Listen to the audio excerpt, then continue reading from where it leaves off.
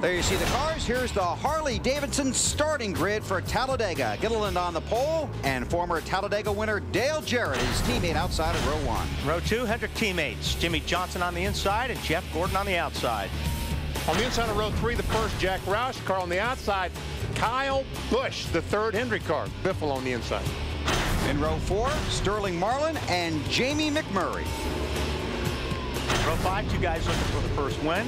Brian Vickers and J.J. Yaley on the outside for Gibbs. On the inside of row 6 is Ryan Newman. On the outside, Denny Hamlin, currently second in NASCAR Nextel Cup points. Winner could come out of row 7 today. Former series champion Tony Stewart and Kevin Harvick, one of the 10 drivers chasing the Nextel Cup. Joe Nemechek on the inside of row 8. On the outside, Martin Truex Jr. Row 9, we find on the inside Carl Edwards, the second Jack Roush car, and Kyle Petty. Great run for him on the outside. In row 10, Matt Kenseth, another one of the chasers, and Mike Bliss with a solid qualifying run. Inside of row 11, one here before, Michael Waltrip. On the outside, Elliott Sadler in the 19 car. On the inside of row 12 is Kenny Schrader in the 21 car. Paul Menard, a regular on the NASCAR Cup Series, on the outside. And as we take a look at the rest of the starting grid for today's race at Talladega, BP is going to jump on the radio and see who is on the other end. Jeff Burton, Benny Parsons, you get me? Yeah, I got you, Benny. Jeff, you're starting 34th today. Does that change the strategy any? Oh, it really doesn't. I mean, this race is pretty much the same no matter where you start. Obviously, the first few laps will be different, but people in the front at some point are going to be in the back. People in the back are something is going to be in the front. So the key is being in the front at the right time. Those first few laps, you're going to hang back in the back and just see what happens? I'm sorry, Benny, I didn't just hear you. Those first few laps, you're going to hang in the back and just see what happens? Oh, we're not going to do anything different than what we've been doing all year long, and we haven't any time we've ever done that. It seems like we got in the wreck, so that's not our strategy. Our strategy is to try to be smart, but we're not going to hang in the back. We're going to do what we normally do. Well, Jeff, thank you very much, and have a great day. No, man. The championship leader, Jeff Burton, field warming up on the track at Talladega. When we come back, final stories from pit road and the green flag. The cars still running the pace laps here at the Talladega Superspeedway. They will get the 1 to go this time. Final stories from pit road before we go green. Let's go down to Marty Snyder.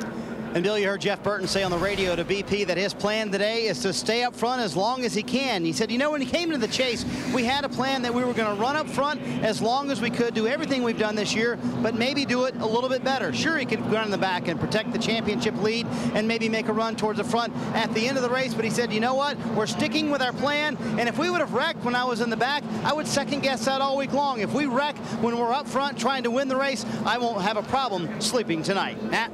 Marty, what a difference a year makes. Back in 2005, Jeff Gordon missed the chase for the Nextel Cup, but he won 2 of the 4 restrictor plate races. This year, he was locked in, but he's failed to finish better than 15th. He's been shuffled out of the lead at the wrong time, and really timing is everything. Just ask the Detroit Tigers, who knocked the Yankees out of the playoffs.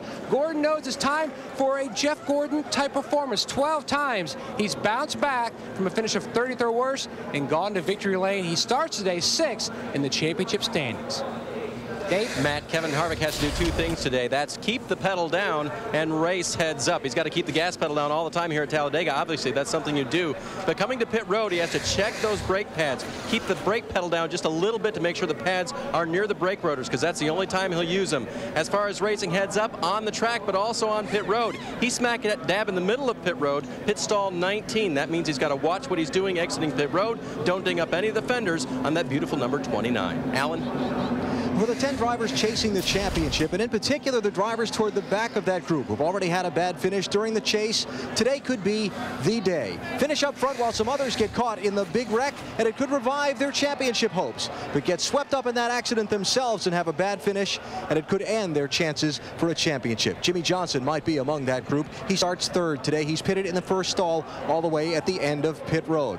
A season's worth of work wiped out by one wipeout. That's what some teams could be facing this afternoon here at Talladega. Bill? Thanks, Alan. You guys have a great day down there. Go online, NBCSports.com, and check out the entire pit map in the NASCAR section. Championship leader Jeff Burton on the radio a few moments ago, how his spotter can help get him through the day. Spotters, just remember, we're at Talladega. You know, you can't talk too much. I make the decision on where I'm going to go. You just tell me, just like you guys always do, what's around me. Jeff Burton starting in the middle of the pack. Lot of inexperience in the front few rows of this field today, including on the pole David Gilliland in that 38 car in his first Nextel Cup race at Talladega. I don't expect him to really have too many friends these first couple laps, BP. I think these guys are going to really try to get by him as quick as they can. I wouldn't be surprised if Jimmie Johnson and Greg Biffle doesn't try to hook up and get on the inside of the 38 car down the backstretch. That yellow line you see on the very bottom of the racetrack, we'll be talking about that all day long. That's out of bounds. It's out of bounds. These cars cannot go below that line. NASCAR brought that up in the drivers meeting. We'll keep an eye on that. 43 cars, 500 miles at Talladega on a repaved racing surface with a slightly smaller restrictor plate. The place is packed. It's race number 4 in the chase for the Nextel Cup Championship. A rookie takes him to the green flag. Glad you were along for the ride.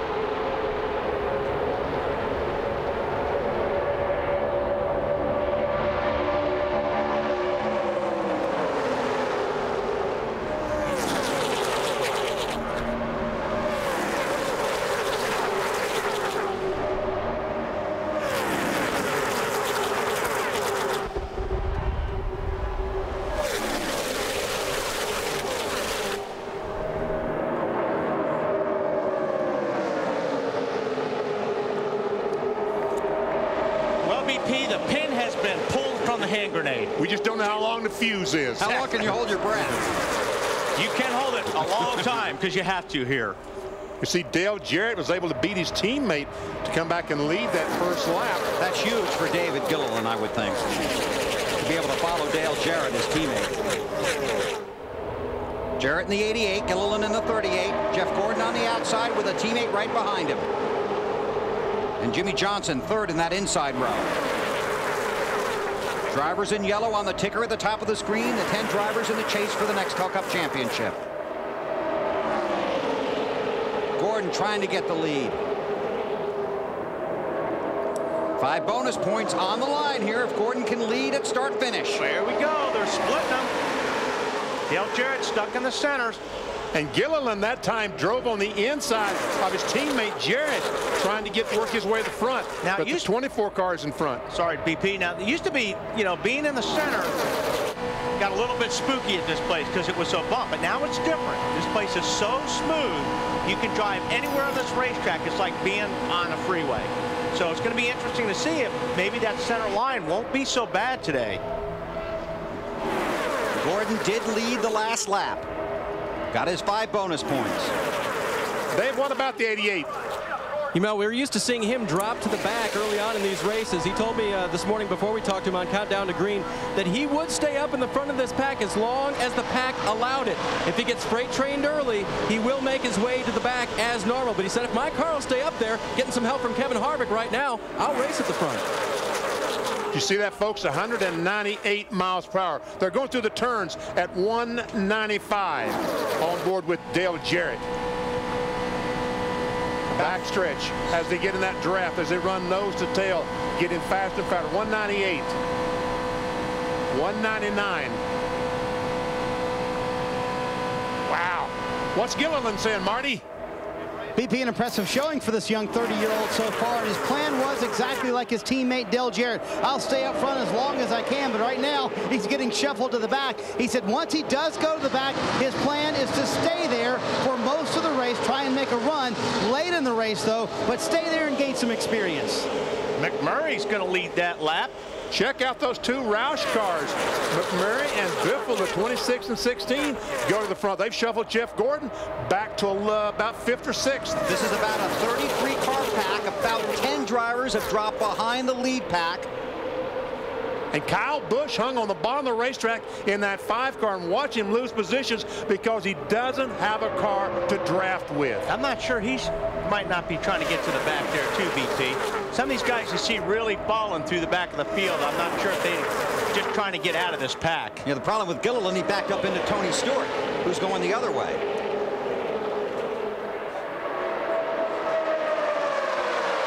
Matt Kenseth in that 17 car in the middle of that pack.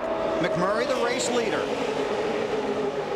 And DJ trying to get back to the 2nd position, and does, bringing Jeff Gordon with him.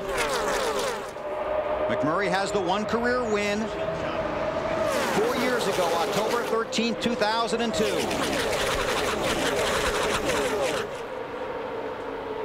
Down the backstretch. And as Benny pointed out, that yellow line is out of bounds. You cannot go down there to pass a driver.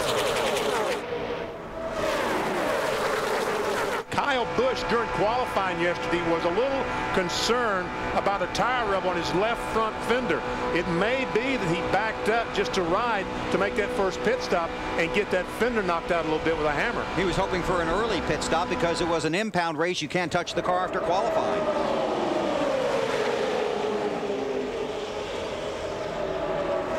Update on the 5 for Marty. You guys mentioned that left front tire rub, BP. They were a little bit concerned about that in qualifying yesterday. They also had that left front tire rub, but this is not by design for Kyle Busch. He is not falling to the back intentionally. He got shuffled out, but that was their plan, to stay out front. But it looks like to me he's going back on purpose, doesn't it? Definitely giving up some positions, Marty.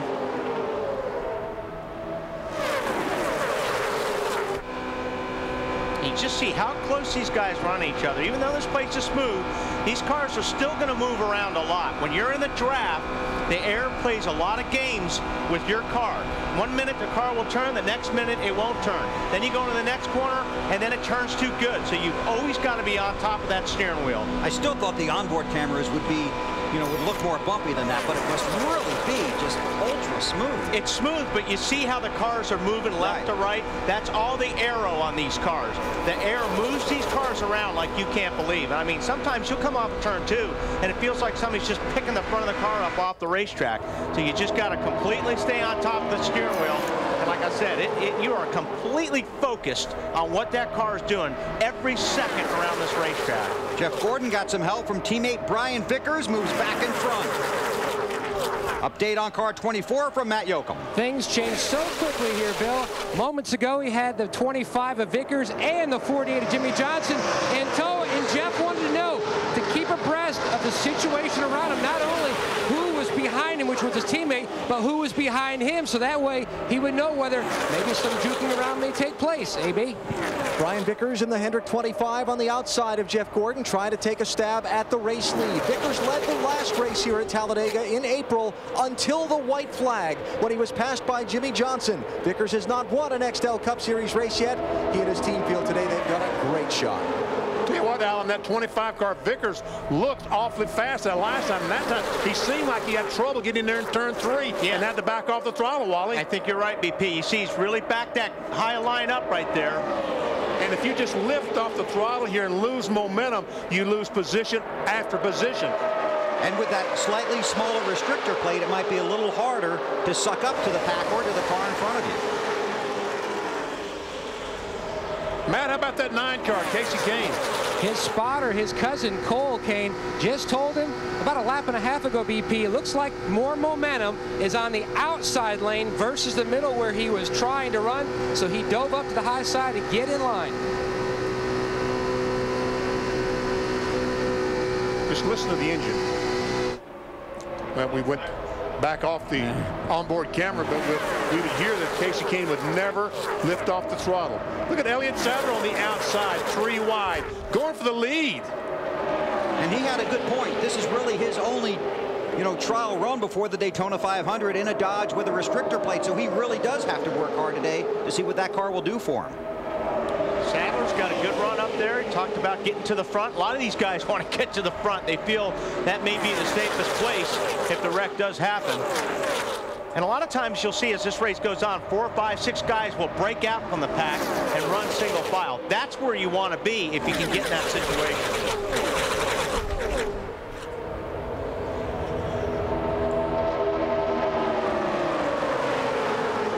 11 laps in the book at Talladega. Jeff Gordon is the race leader. We'll take a break. If trouble breaks out, we'll break in. You're watching NASCAR on NBC.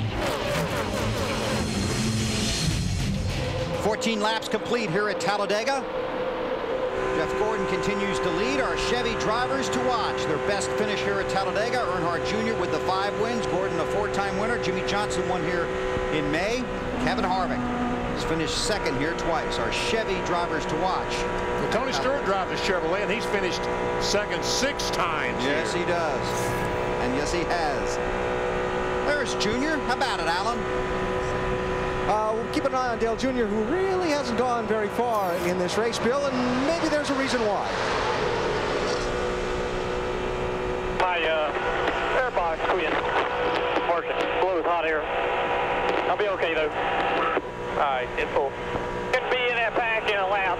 Don't worry. They do run it 4 wide. It don't make no sense. Now, a couple different things there Junior's talking about. The airbox he's referring to, I believe, is the one that blows cool air inside the driver's helmet. Keeps him fresh throughout the day. We'll see if that becomes a factor for Junior later in the day. As far as not going anywhere, well, they're 3 and 4 wide in front of you. I don't think he really wants to get in the middle of that right now. Well, he's looking like he's getting in the middle of it, AB. And I'll tell you what, just about a lap ago, he was all the way out of the throttle. Because when those cars are like that in front of you, 3, 4 wide, I mean, there's such a draft in the back of that pack. It doesn't take much to catch the pack. He caught him so fast, he had to completely get out of the gas, and he's still passing cars. So, you know, it's hard to sit back there when you're a racer. The plan is, well, let's go to the back and let's ride it out, and if the wreck happens, then, you know, we'll be safe. And then after about 15 laps, you're going, man, that looks like fun. I want to get up there and get in it. So it's pretty hard to run back there when you're competitive. And so far, Dale Earnhardt Jr. in the 8 car has had the fastest lap of the race. About 32 cars in that lead pack. Goes McMurray down on the bottom, underneath Gordon, trying to take the spot away. But does he have any help? Well, he's got Kenseth back there, but Jeff Gordon has Robbie Gordon in that 7 car pushing hard on the back bumper of that 24. Dave, that 7 car's going somewhere. And he just radioed his crew that he may want to go somewhere to the back of the pack, BP. You can see him losing down the middle right now. He talked about wanting to go to the back. He got up there for a while. He found out his car could lead or could run the lead pack, and now he wants to move his way back. Look at that 7 dropping already, trying to find a safe way to get to the back of the pack. McMurray trying the inside for the lead. Jimmie Johnson in that 48 car would love to lead a lap and get the 5 bonus points, but it doesn't look like it'll be this lap.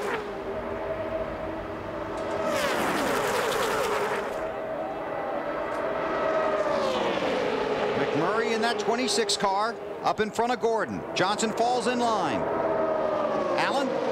Jimmie Johnson's first words on his radio about 10 laps into this race, Bill, where he called into his pit and his spotter and said, does it look as wild out there as it does from here?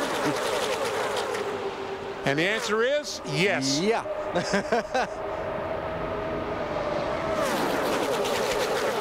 Down the backstretch, McMurray leads. Gordon challenges. Matt. McMurray powered back into the lead, Bill. 3 of his last 5 top 5 finishes have come right on restrictor plate tracks. He's got some friends up there, the 17 of Kenseth, and also had the 16 of Biffle. Right now, he starts to move up half a lane. The only thing he said on the radio, this car has so much speed, you would not believe it. Marty? He has his teammate Matt Kenseth behind him, and Matt would love to check out one thing off his list today. That's leading a lap and getting those 5 bonus points you guys spoke of earlier. Problem is, Matt in the 17 car has lost his teammate, Greg Biffle, who pushed him up to the front. Now he needs a little help from the guy in front of him, Jamie McMurray, but he really wants those 5 bonus points early in this race. McMurray runs well here. 3 top 10s, including 2 5th-place finishes in the last 3 Talladega races.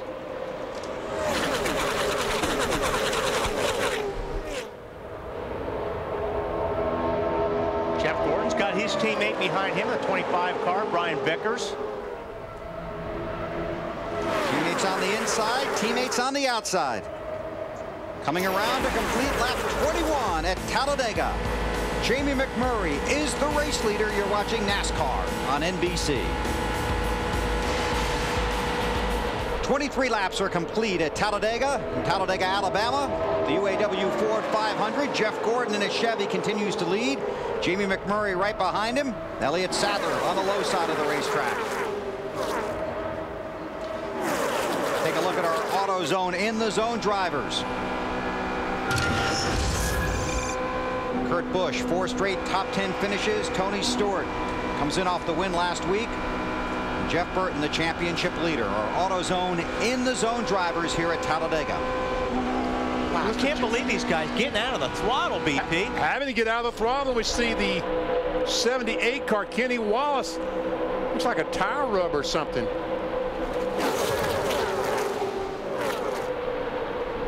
Should I come in? Looks like you should, because it will not fix itself. Have to. It's smoking bad here. And McMurray back to the front. And Biffle and Kenseth behind him. 3 Roush cars running nose to tail. I can't say they're running 1, 2, 3 because Jeff Gordon's in the mix. See that 8 car sitting there in 9th spot. Just about 5 laps ago, he was in 30-something spot. Got a pretty good car. Kenny Wallace has made it to pit road. That's on board with Dale Earnhardt Jr. Yeah, you're just flat on the gas here.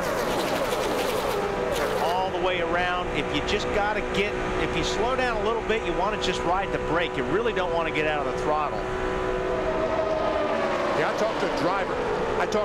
that was in the truck race yesterday, and he said he believed he wore the brakes out on that truck, dragging him, just trying to keep him hitting the truck in front of him. Allen? Dale Earnhardt Jr. says his philosophy on this race today, Bill, was going to be to run hard and run up front. Why? Because if you're in the lead, you're a lot less likely to get taken out by somebody else's mistake. He's making his move up through the pack after starting back in 33rd. Marty?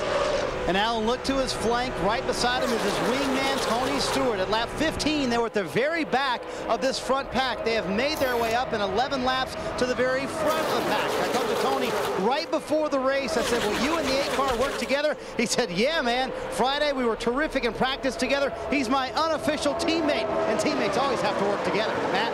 Closing in on the first pit stop window now. Mark Martin, 3rd in points, has been running at the back, trying to play it safe, but he's also been running at half throttle. That way Pat Tryson knows exactly how much ballpark figure fuel mileage he is getting, because remember, with the smaller fuel cells, about a can, just a little over a can and a half maybe or so, when they hit pit road, we'll see some unique strategies as well.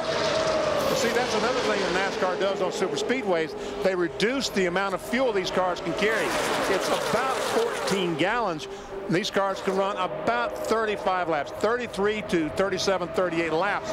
But it doesn't matter. If the whole field pits at 33 and you can go to 38, you better pit with those. You got to pit with those cars. And another thing that's real important here, if these guys have to make pit stops under green, you can lose the draft if you make one small mistake coming down pit road. That means locking up the tires when you come in if you don't plan on changing them, or I mean, just getting a good start. You've got to get in and out of pit lane fast.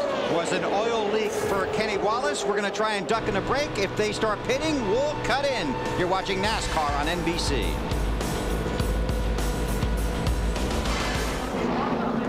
Bill, your championship leader, Jeff Burton, has hit pit road here at Talladega on lap 31. It's going to be 4 tires. Jeff Burton, they radioed to him, said, what do you think, 2 or 4? He said 4 is the way to go. Obviously a last-second change, though. 2 tires, quick stop, Dave. Elliott Sadler on pit road, Dale Jarrett on pit road. Jarrett will take 2 right-side tires only. For Sadler, who had been running so well for his first time in a Dodge, they will go for 2 as well. He's already off pit road.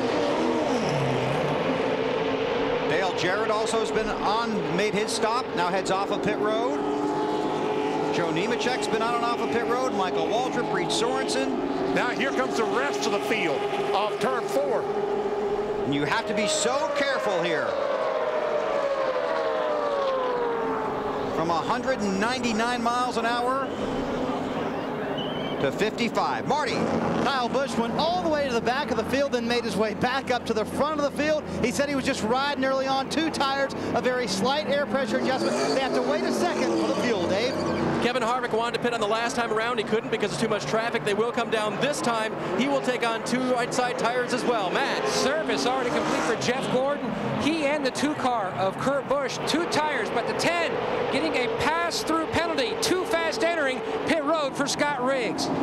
Man, those penalties will just absolutely ruin your entire day. That's what I was saying. You've got to be able to get in and out of pits here without any mistakes.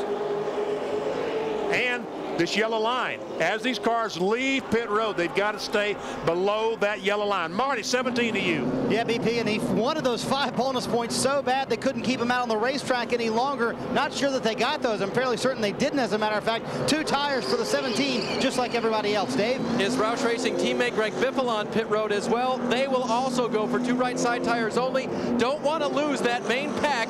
Fill it full of fuel. He's gone. Marty. Tony Stewart on his way down pit road, Dave. They were a little concerned about the water temperature, 240, so they removed a small piece of tape. Tony also went to the high line, trying to breathe that car a little bit, get that water temperature down. And you see all these guys changing 2 tires. The first car that made a pit stop in that lead pack and changed 2, everyone then had to change 2. Monkey see, monkey do, huh? Exactly, because you cannot afford to change 4 and get caught out of the draft. You see that yellow line, Benny, you were talking about that. You have to stay below that yellow line all the way to the backstretch. Just like Casey Kane and Mark Martin are doing. Now they can blend up, but they've got to get up through the gears and not let these packs get away from them. There's a couple of guys like Robbie Gordon looked like he got out of the pits a little bit late, and he possibly lost that lead pack. You see, and this is the reason that NASCAR changed to the smaller fuel cells, so that they would make more pit stops and break those big packs up and get these cars a little bit in line. It's a safety measure. It worked better on paper, though, than on the racetrack. It did. They're trying. But you watch these guys. In a couple of laps, they'll all be back together in a big bunch. Matt Kenseth did not lead a lap. As Marty talked about, they wanted to get him those 5 bonus points, but he has not gotten them yet.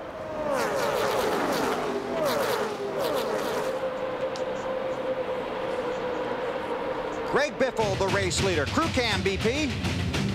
All right, Todd Foster, Birmingham, Alabama zone. Rear tire changer for Tony Stewart. It's off, 5 lug nuts tight. Go, Tony. Green all the way at Talladega. 38 laps are complete. Kyle Busch is the race leader. His brother Kurt right behind him. Tony Stewart led a lap. Had 6 different race leaders. Dale Earnhardt Jr. in that outside lane, getting some help from Carl Edwards. Junior in the 8, Edwards right behind him. And Junior's going for the lead off of turn 4. Wants the lead and the 5 bonus points that come with it. Listen, can you hear the crowd, folks? What'd you say? I can. Good job, dude. Earnhardt leads at Talladega. All is right with the world.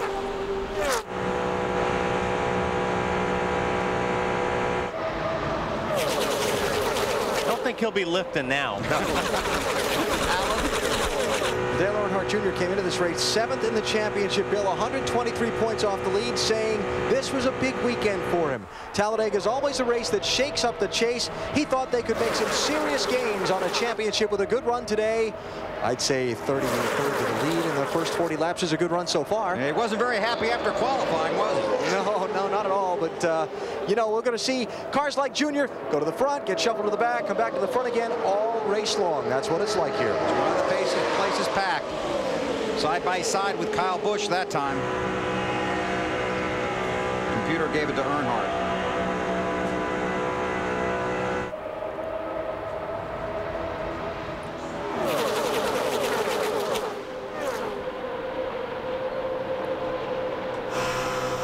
Wow. 42's got some kind of fluid coming out of it. That's Casey Mears right in front of Clint Boyer. That must be water. Yeah. If it was oil, don't you think when we clean our camera it would smear? Yeah. So that car may be overheating a little bit, BP. And that's getting all over the windshield too, right? Yes, it is. That's a lot tougher to clean. Yeah, he doesn't have a machine that he can just hit a button and it wipes across and cleans it off. Jeff Burton, championship leader, 4th in that inside lane. Time now for the singular race talk question. Which driver will win a restrictor plate race first? To vote, text the word race to 191 on your singular wireless phone. You'll have a chance to win a first-class trip to Miami. That's a good question. That's a very good question. Huge pack up front. Earnhardt, Kyle Busch. Kurt Busch is up there. Carl Edwards. Now, you said if you make a mistake on pit road, it can really cost you? It can cost you. Well, take a look at Scott Riggs. Got caught for speeding on pit road. 3 wide for the lead. And there's Riggs. And Riggs is going into turn 1 right as this pack is going to turn 1. So these guys are going to catch and put Riggs a lap down here in less than a couple of laps. And that's what happens. You've got a mistake. You make a mistake on this deal, or even if it's not a mistake, if some bad luck happens here, like Robbie Gordon had a tire roll in front of him, you lose the pack. When you lose the pack, you're about a 1.5 to 2 seconds slower than the rest of the field, Matt. And Wally today is taking another turn for the worse for Scott Riggs. Not only is he trying to battle back from his pit road miscue, something amiss with his seat. Now, these cars are so sealed up for aerodynamic reasons. He says the seat is burning me. It is extremely hot, so not exactly sure if his air conditioning system, which a lot of guys have that pumped into the seat, is working or something amiss there, but he is definitely complaining of an extremely hot seat. Yeah, and you know, on a racetrack like this, you're running almost 200 miles per hour on the straightaways. You're not getting any air inside these race cars. These cars are so sealed up. You run a side window. You try to force some air with some air tubes and things like that to keep the driver cool. But you could light a match on the backstretch on the inside of one of these race cars. That's how still the air is inside these cars. Well, these drivers are sitting right above the exhaust system that goes underneath the car that's about 1,000 degrees. And their rear end is about 4 or 5 inches from that. There you see the pack about to catch Riggs. Update on Jimmie Johnson from Allen. Started the race in 3rd. Bill was challenging for the lead earlier. Now he's back in 34th place. Lost a lot of that ground on his pit stop. Then said this to his team on the radio right after going back onto the racetrack. Even until I tell you, buddy. Pushing the car. I don't know if it's clutch was slipping or what, but I have the clutch all the way in. Just trying to keep the yards up for the time to go. Sorry about that. So Johnson losing ground there on his pit stop. And now the problem is, you saw that picture from Clint Boyer's car. Well, Jimmie said the same thing. He said he can't see a thing out the windshield of his car. He said it a couple times now. He's back in the 2nd pack, if you will. But the 2nd pack is only 4.5. Jimmie Johnson is 4.5 seconds behind the leader, Kyle Busch, or Dale Earnhardt Jr., or whoever just happened to be in front now. But see how this pack is running, BP? You can't run side by side if you're in that last pack. These guys need to line up just and stay in line, because if they don't, that lead pack is going to keep getting further and further away, and it's going to be harder for 8 or 9 cars to catch a pack that's got 30-some cars in it. Outside the top 20 right now, Denny Hamlin, Mark Martin, Jeff Gordon, Jimmie Johnson, among others.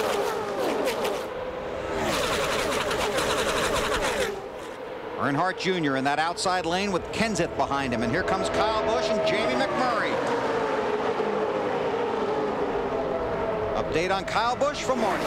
Who now has the lead again. And about 30 laps ago, he was back in that 2nd pack. He came on the radio. The crew was kind of worried for a while. They said, "Can you hear us?" He said, "Yeah, I can hear you. I'm just riding. I got shuffled out. Didn't want to fight it. I know we have a good car that can get us back to the front." This is the latest and greatest Speedway car from Hendrick Motorsports, a brand new car. In fact, they wanted to bring this car so desperately, they did not bring the car that finished 2nd at Daytona. They want to use this car next year in the Daytona 500. And if it survives and runs well like it's running right now, all of the Hendrick cars will be just like Kyle's for next year's 500. Good way to make sure it survives, to stay right where he's at. Matt Kenseth, the 17 car, had a great run. Now he's getting a little push from the 8 car of Junior. And watch what that push did for Kenseth. He got him by Kyle Busch by 5 car lengths. And this would be Junior helping Kenseth, 2 guys in the chase for the championship. Kenseth has not led a lap yet. Lead a lap, you get 5 bonus points, and he's going to get them right here. Matt Kenseth leads Dale Earnhardt Jr. and Jamie McMurray. 46 laps, all green so far at Talladega. You're watching NASCAR on NBC.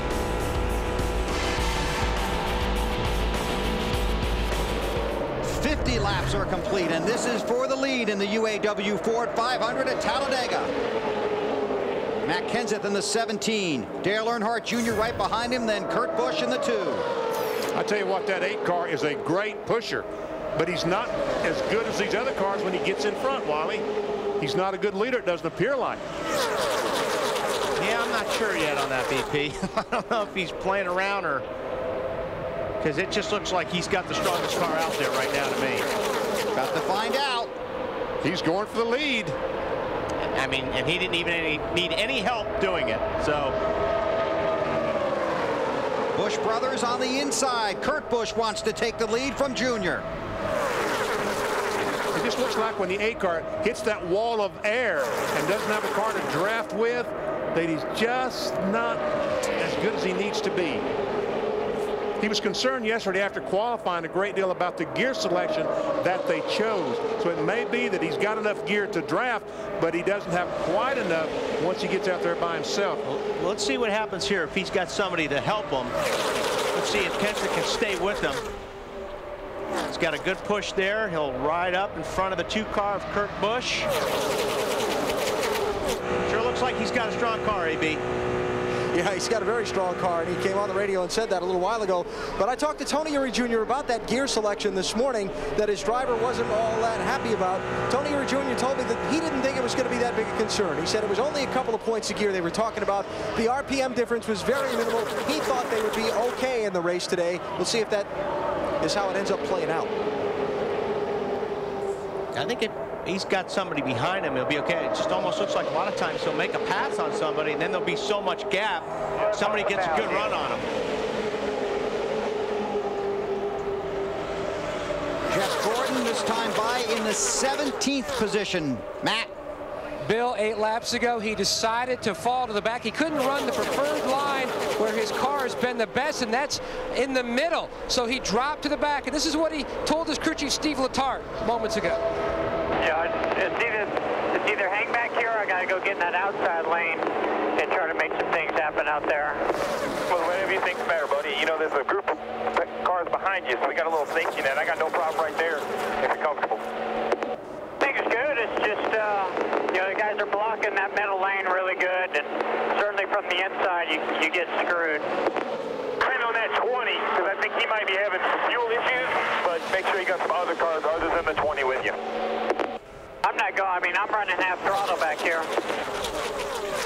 And after running in the back for about 2 laps, he came on the radio and said, "This is boring. I'm going to head back toward the front." That's exactly what he's doing, Bill. Not boring now, Matt. And Marty Snyder was working on that story in the 20 pit, checking on their fuel situation. Marty? And Bill, what it was is when they, you know, here when you drop the jack, a lot of times you're not done with fueling the car. It takes very little time to take right side tires, a little longer to get the 13.5 gallons in the car. But when they dropped the jack, Tony went when they dropped the jack instead of waiting on Greg Zipadelli to say, okay, go. So what happened is they're about half a gallon short on the fuel they should have. They have about 13 gallons in. It should not be a problem. They'll have to pit about a lap earlier than everybody else. Dave? Marty, Elliott Sadler is a gallon short. They'll be in probably sooner than most other cars. The reason is their crew chief saw that there was an opening on pit road for Elliott to exit without hitting other cars, so he pulled him just a tick early before they were done fueling. Safety on pit road, overrode fuel mileage at this point, guys. And a lot of times, you know, it depends. If you watch pit stops and they change to, you'll see that jack stays up until they get the fuel done. That's usually a driver's key to go, is when the jack drops. 55 laps are complete. Dale Earnhardt Jr. leads. There have been 3 caution-free races at Talladega. We've been caution-free through 55.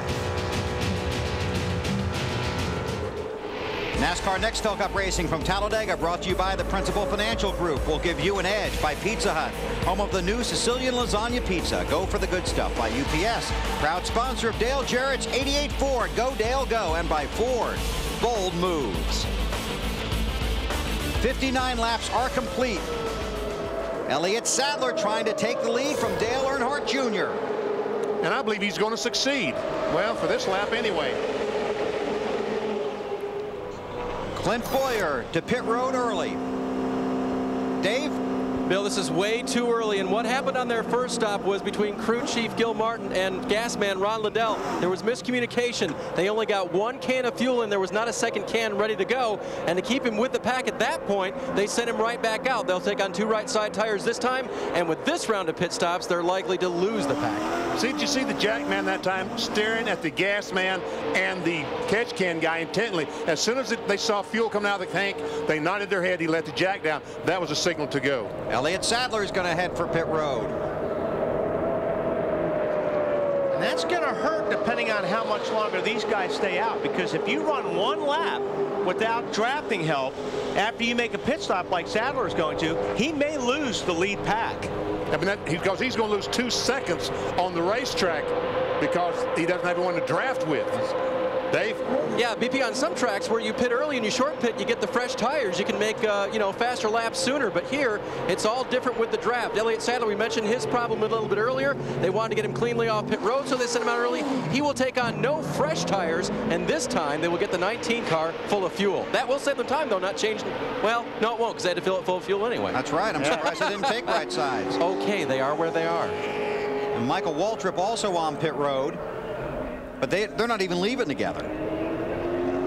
Next time by, next time by. Someone said that that's Tony Eury Jr. telling his cousin, Dale Earnhardt Jr. to pit next time by. And he wants to get down on the inside so he can get to pit road. Exactly.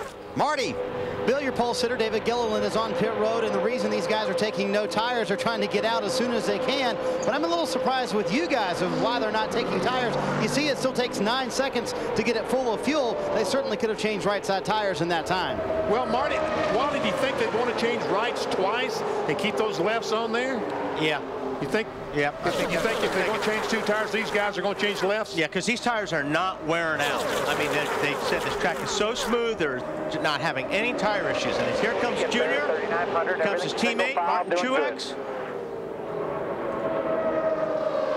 Just 2 tires, June. Make sure we push them off pit road, guys.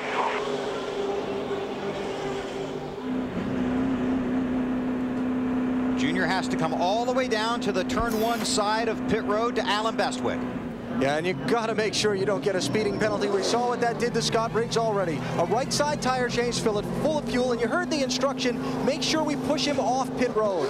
New concrete pit stalls here in Talladega with a lot of grip. They want to make sure they don't tear a rear end gear out trying to leave pit road at the end of a stop. Yeah, and the concrete helps that. The concrete, you can spin your tires. When it used to be asphalt in these pit lanes, there's a lot of broken axles, but the concrete helps you spin those tires and keeps you from breaking an axle sometimes. Earnhardt Jr. also had 2 teammates with him on pit road. The one of Truex and the 15 car. So they'll help Junior get back up to speed. Marty? And now all the Ganassi cars come down pit road. The 3 of those will get will come on pit road. Reed Sorensen with 2 tires and the fuel to get another 35 laps or so out of the car. No changes to the chassis, Matt.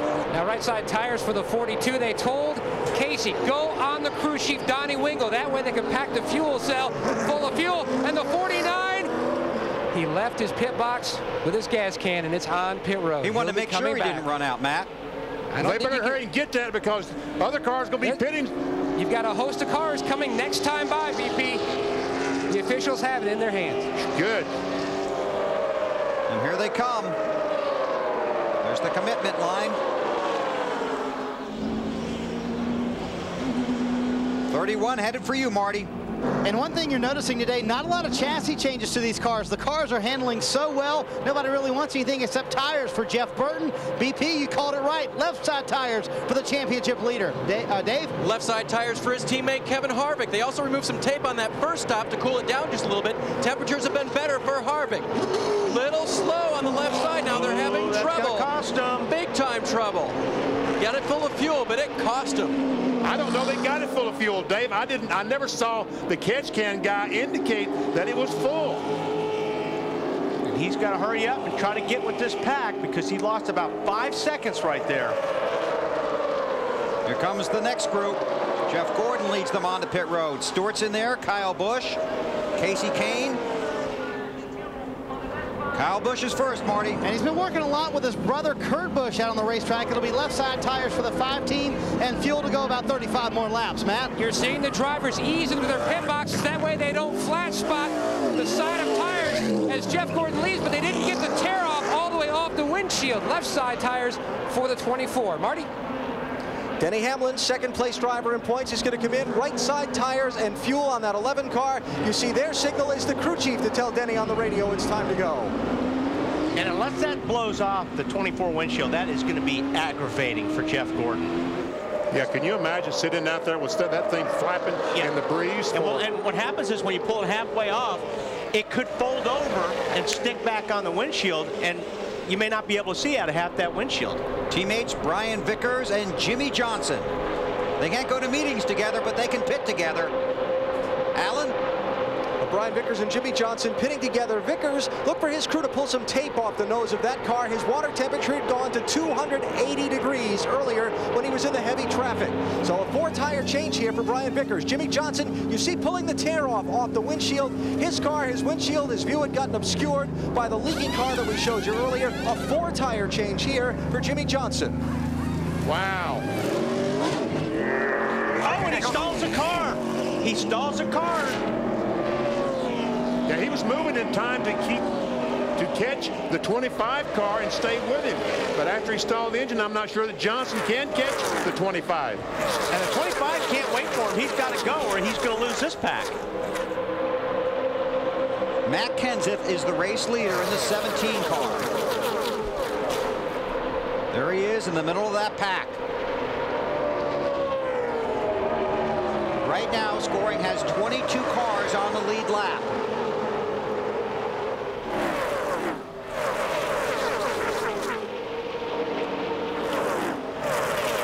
But some of those, like Jeff Burton and Earnhardt Jr., basically are on the tail end of the lead lap. 17, Kenseth, the race leader. But see, McMurray makes a pit stop, and the other Roush cars are hung on the racetrack.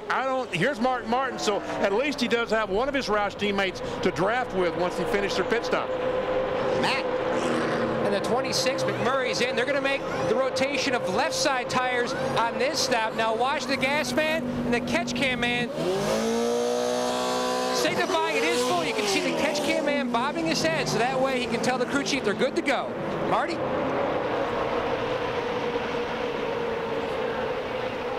Mark Martin following his teammate off of pit road. That's J.J. Yaley in the 18 car. Okay, go, go, go. All right, Kenseth is down to the inside. But he's going to have Biffle or someone pit with him. 70, we're going to pit this time. Biffle's down on the bottom too there, BP, just a couple cars back from the 17 car. So my guess is the 17-16 will pit together. Running out of gas, Robbie. Starting to run out here. Starting to run out of fuel. Okay, now if he runs out of gas before he gets to pit entrance, he's going to lose a lap, if not more. Earnhardt Jr. dives to the inside. And if the car stalls as he's coming down a pit lane, these cars are terrible to try to restart when you're running them out of gas. And he won't know his pit road speed. And he won't know his pit road speed. Oh, here he comes, guys. Right side to the golf. 3 Roush cars. Let me talk. I know where you're at. I'm out of gas here. I'm out of gas. Get some gas in it quick. Marty. They're lucky, Bill, they're on this end of pit road because Matt is barely able to keep the car running. You can hear him working with the throttle, trying to keep the car running. As long as it was running, when he hit pit road, they were going to take 2 tires. They kept it running, and now they go pit road. Dave? Greg Biffle's car was still under power. They will take on right side tires, and please get that car full of fuel. Seems to be a recurring theme. Looks like they will. Alan? Left side tires this time for Carl Edwards. Told to wait on the crew chief, Wally Brown, to call that the fuel was full. There he goes. And the 3 teammates come off of pit road together.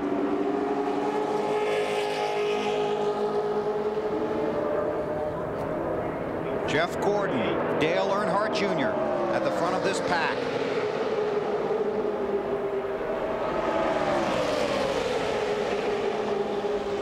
Okay, now, the 48 stalled. Had somebody to leave the pits with. Some left rear tires blew. Well, that's a big break. Whatever happened, that's a big break for Jimmie Johnson and guys like that lost his pack because of mistakes on pit lane. Though you see the debris on the track. Caution is out for the first time here at Talladega.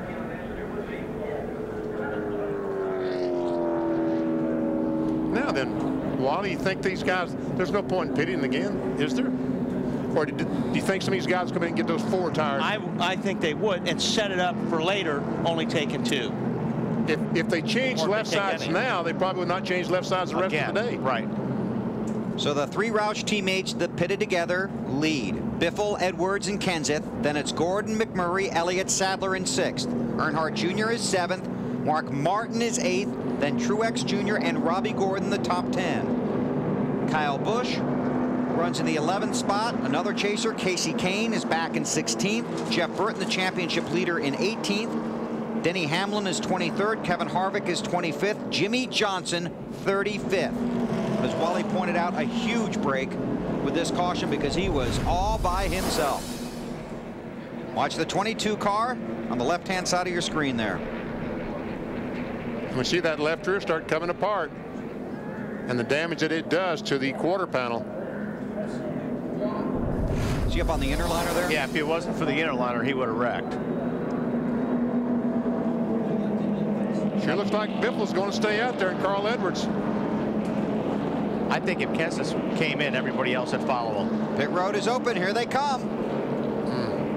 So, Marty, back to you. Come on. You must be wired directly to Matt Kenseth's radio, because as soon as you said that, Wally, he came to pit road. It's going to be fuel only, no tires, Matt. Jeff Gordon eases into his box. Caleb Hurd engages the fuel can just to top it off.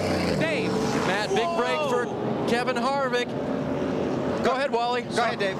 Well, the 29 car did not get it full of fuel last time in a big way. So we're going to take 4 this time, then get it full. Alan. Left side tires for Dale Earnhardt Jr. It had been 9 laps since he pitted with the small fuel cells they're using. Got to come in and take fuel, where Carl Edwards, who stayed on the track, had just been in. All kinds of stuff happening there. It's pretty exciting, too. As Casey Mears got your attention. Yeah, 42 car sliding. Slide in there almost into Jeff Gordon. And Jimmie Johnson and the 1 car, Martin Truex Jr., pretty close to making contact on pit road. As Truex was leaving, Johnson just getting there. Sure, if Robbie Gordon missed his pit because of getting crossed up with Michael Waltrip.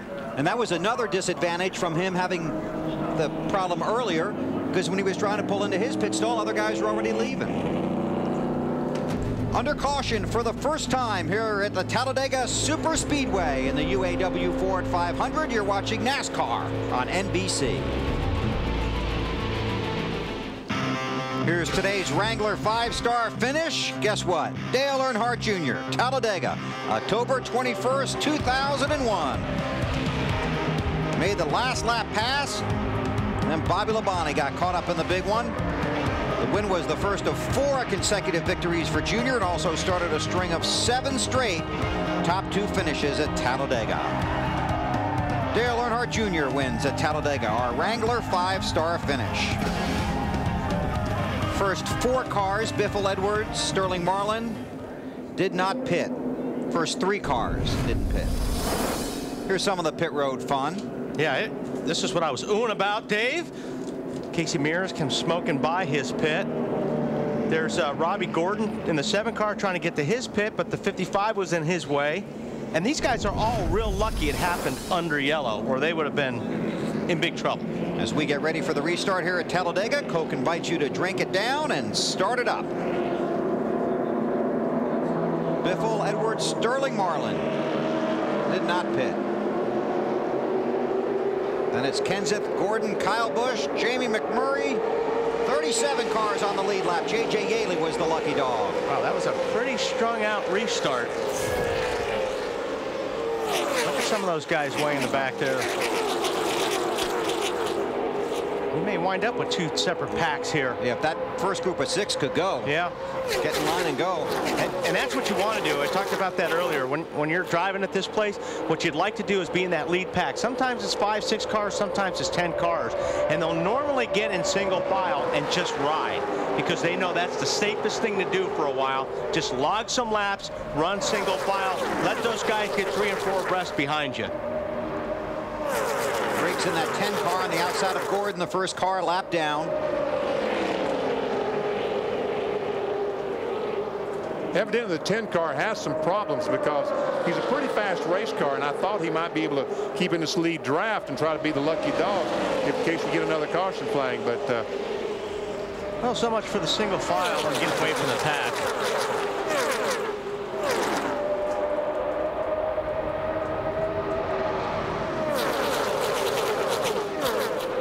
Biffle in the 16. Here comes Jeff Gordon in that 24 car.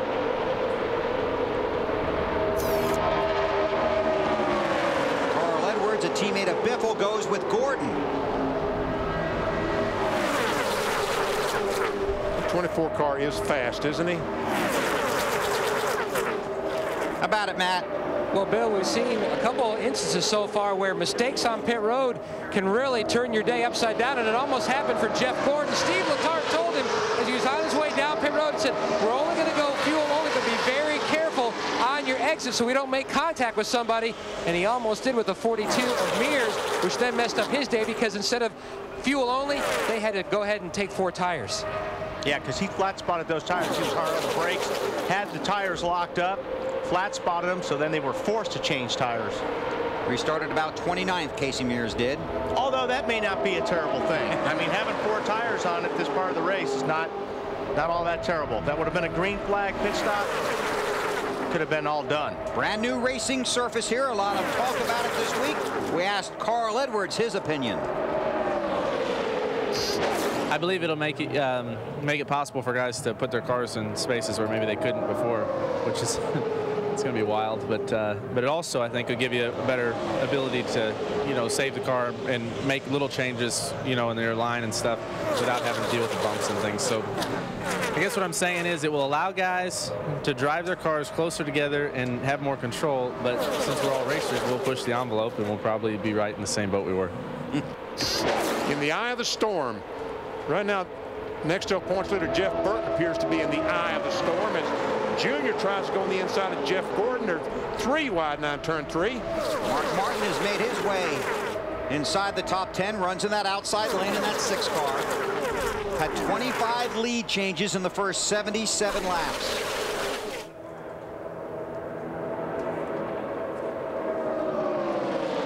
Most ever lead changes, 75. Was in May of 1984.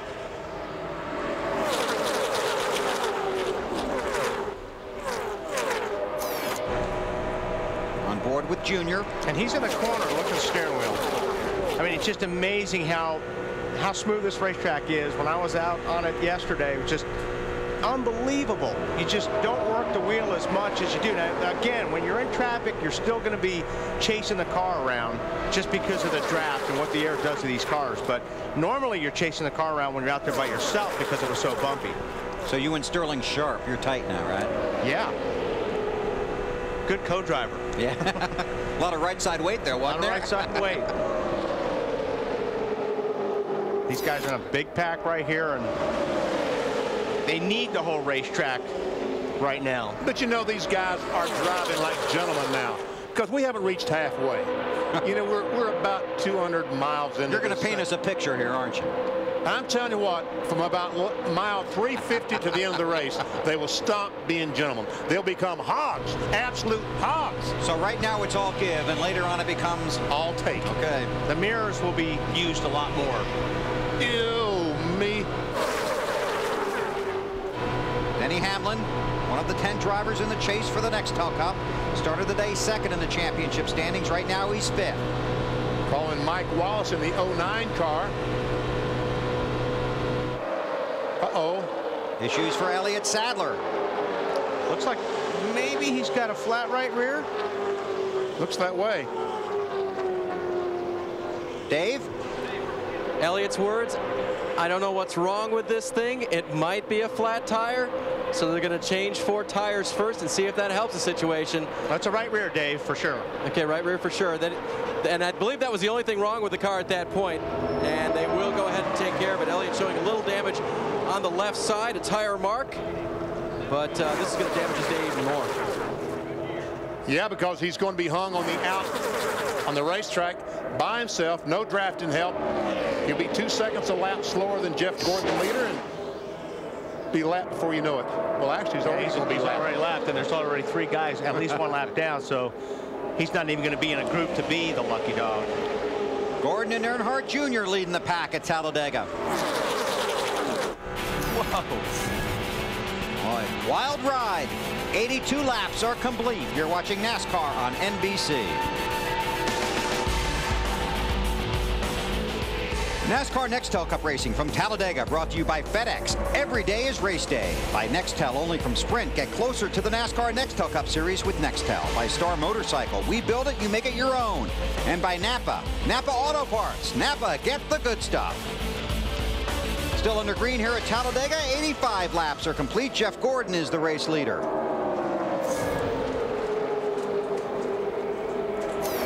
Followed closely by his teammate in the 5-car Kyle Busch. And Kyle has his brother Kurt behind him, who has his teammate Ryan Newman.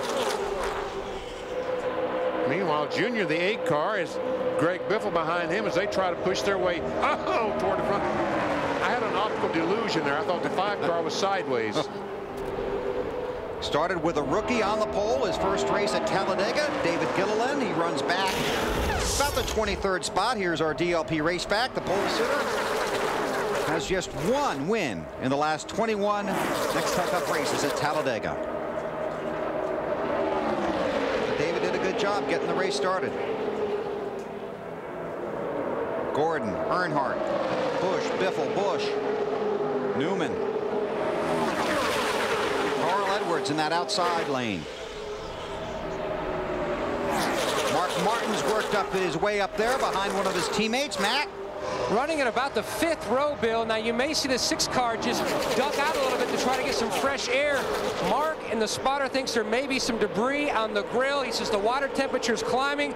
If it doesn't help by ducking out, he's going to slowly fade to the back where he was running before to try to cool that engine down. This is not spitting out any water yet. Marty? And you'll see a little bit of the same thing from his good friend Jeff Burton, that 31 orange car, the singular car. He'll duck out of line just like his old friend Mark Martin, because the water temperature at one point was at 240 to 250. And I believe, Wally, you saw him spitting out some water a little bit earlier. That's a concern. 240 on the water, not too bad, as long as you can cool it down every once in a while. Yeah, it doesn't look like he's losing any right now, Marty. He was earlier. But yeah, you're right. 240's okay as long as it's not pushing water. Kyle Busch trying to push his teammate Jeff Gordon, while Dale Earnhardt Jr. watches. Alan? Watches his water temperature gauge as well, Bill. All of a sudden down the turn 1 end of pit road, I've got about 3 cars, now make it 4 cars, all reporting elevated water temperatures at this stage of the race. Marty? Kyle Busch tried to push Jeff Gordon to the lead, and he did that. Kyle's got an awfully fast race car, but working well with his brother Kurt Busch behind him. Now he has Ryan Newman behind him, but Kyle's saying the low line just not going like that high line is, Matt. And Jeff Gordon just said to his team on the radio, you need to tell Kyle he needs to duck in with me, because the 8 is probably the best car out there. If he wants to run with the best car, he needs to get with us. AB? And Matt, I'll take it on the 16 car. Greg Biffle stayed out last time, did not come to pit road. Check with Doug Richard just to make sure everything was okay. They had just pitted under green, which was within one of their pit windows that they wanted to keep for the day, and there was no need to come in again. As you guys have already mentioned, tire wear very good, so the 16 very comfortable staying out on this last car. But that could bite him on fuel mileage. By just a lap, I don't know, Bill. Yeah, we'll see how it plays out. You're right. You want to stay in your window, but you want to try and get every advantage you can. Just, yeah, you can't come in and go out by yourself. Right. See, the one advantage that Biffle and the other Roush cars have, with that Yates Roush engine, they were able to run 37 laps before they stopped. The Chevrolets and Dodges, they stopped at about 33, 34. Kyle Busch led the last lap. Jeff Gordon has led the most, 26 so far. Gordon has led the most laps 5 times here at Talladega. 2 Hendrick cars out front.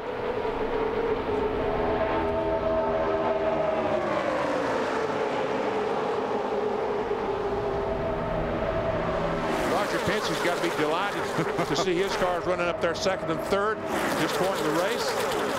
Roger hasn't had that much success at this racetrack. And in restrictor plate races. I mean, he's had some top fives, but hasn't made the trip to victory lane. Now, who do you go with, your teammate or your brother? Who do you stay with? That's a tough situation. Update on Carl Edwards from Allen. Yeah, Bill, when you watch Carl Edwards in these shots running that high lane, sometimes you're going to see him pop out of line higher than the cars he's around.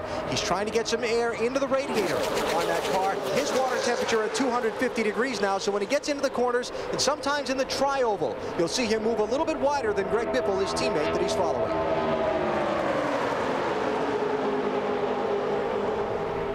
Gordon, Earnhardt Jr. Side by side for the lead at Talladega. Not for long. Gonna be a battle up front all day. A lot of traffic behind them. See how it plays out. You're watching NASCAR on NBC.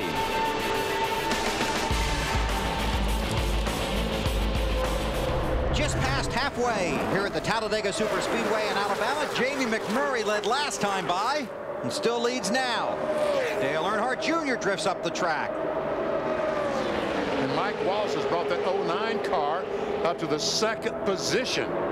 Actually pushed McMurray in 26 to the lead.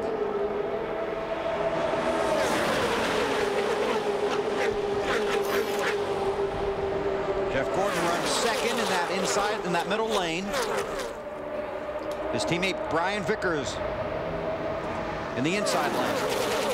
And Mike Wallace talked about the 09 car. He took a lick last night in the Craftsman Truck Series about as hard as I've seen in a long, long time. Marty? Yeah, VP, I talked to Mike about that this morning, and he said he's driving with a little bit of anger today. He said, you know, I was running third in that race, last lap, thought I had a top 5 going, and all of a sudden I got wrecked from the middle of nowhere. He said, I'm a little angry about what happened yesterday, so today I'm driving a little bit mad. You might see me up front quite a bit. Well, he's going to get shuffled now. He's hung out with no one in front of him and really no one behind him. Yeah, we got a bunch of guys up on the high side that got a really good run. More wide. Man, that was a storm of brewing there. Yeah, they got a little mixed up there. Trying to sort it all out. McMurray continues to lead. Allen?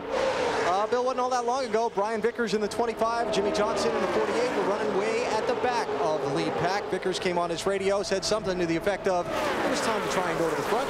He and Jimmie Johnson have made their way to the front. Right now, second and third. Strong cars.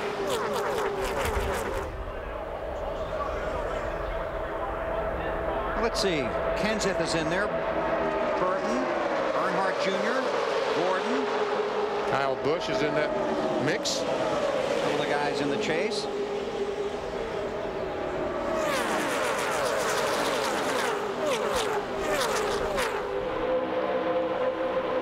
Top 6 or 7 trying to break away. Kurt Busch trying to hold on to the front of that pack. I thought it was going to be contact between the 8 and 17. I wouldn't be surprised if they leaned on each other, BP. That was pretty close.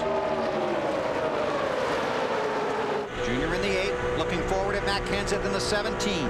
There's Gordon in the 24. And you're really helpless when you're in this position right here in the middle.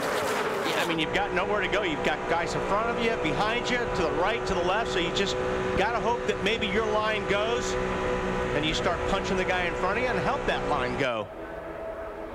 Does he have to be punching the guy in front of him too? Yes. Like up here.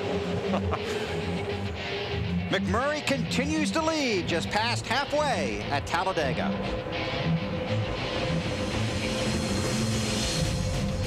Field coming around to complete lap 103 here at Talladega. Jamie McMurray continues to lead on board with Jeff Burton, looking back at Jeff Gordon. Pay off our singular race talk question right here. Which driver will win a restrictor plate race first? Kevin Harvick. That's interesting. I was interested to see how the fans would vote on that, because I thought it'd be pretty even. Harvick, the big winner. Oh, Junior. Problems. He's got left front flat tire.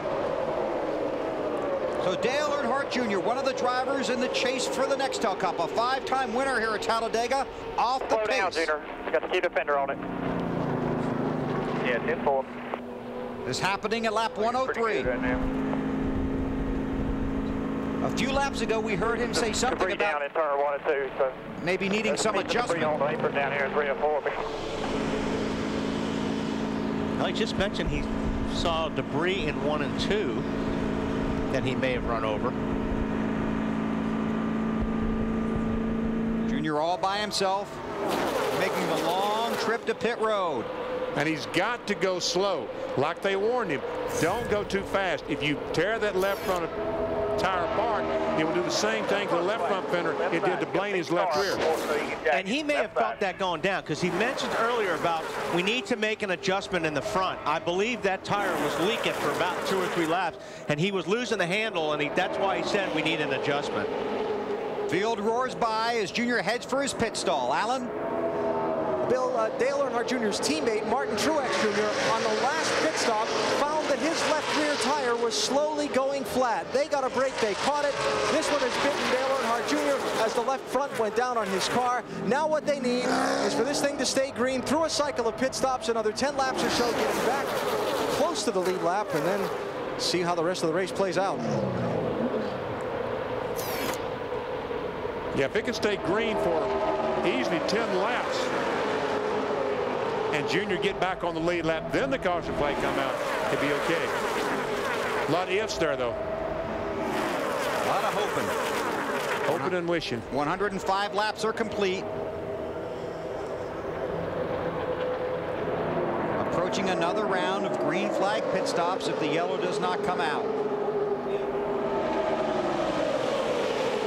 Matt Kenseth and Dale Earnhardt Jr. were running near the front of the field, but on lap 101, they both got out of line, slipped to the back, and fell to 22nd and 23rd.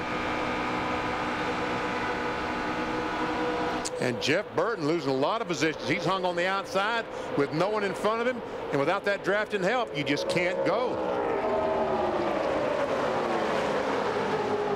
And Martin, it's like he was going to the outside. Whoa.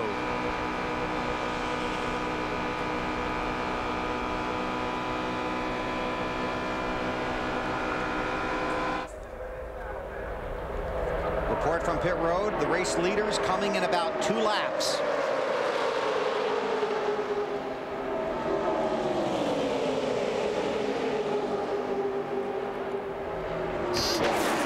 That's Eric McClure on the apron of the racetrack. David Gilliland, pole winner on pit road, making a pit stop. Like fuel only. See a lot of guys waving their hands right now, so expect we'll see some of these cars hit pit road this lap. Remember, Vickers and his teammate Jimmie Johnson pitted together earlier in the race.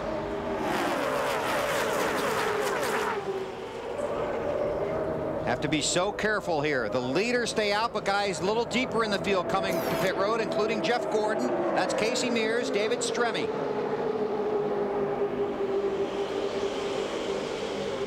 There's Casey Kane headed for his pit stall. He's headed for you, Matt. Casey Kane stalled the car on his last stop. They took left side tires. They had to push the car to get it to fire. Meanwhile, Jeff Gordon still has the tear off halfway off on that right side of the window. Caleb Hurst packed the fuel cell full of fuel. Gordon said the outside lane was working. Then all of a sudden, it just quit, and he got shuffled back. Scott Riggs. Robbie Gordon.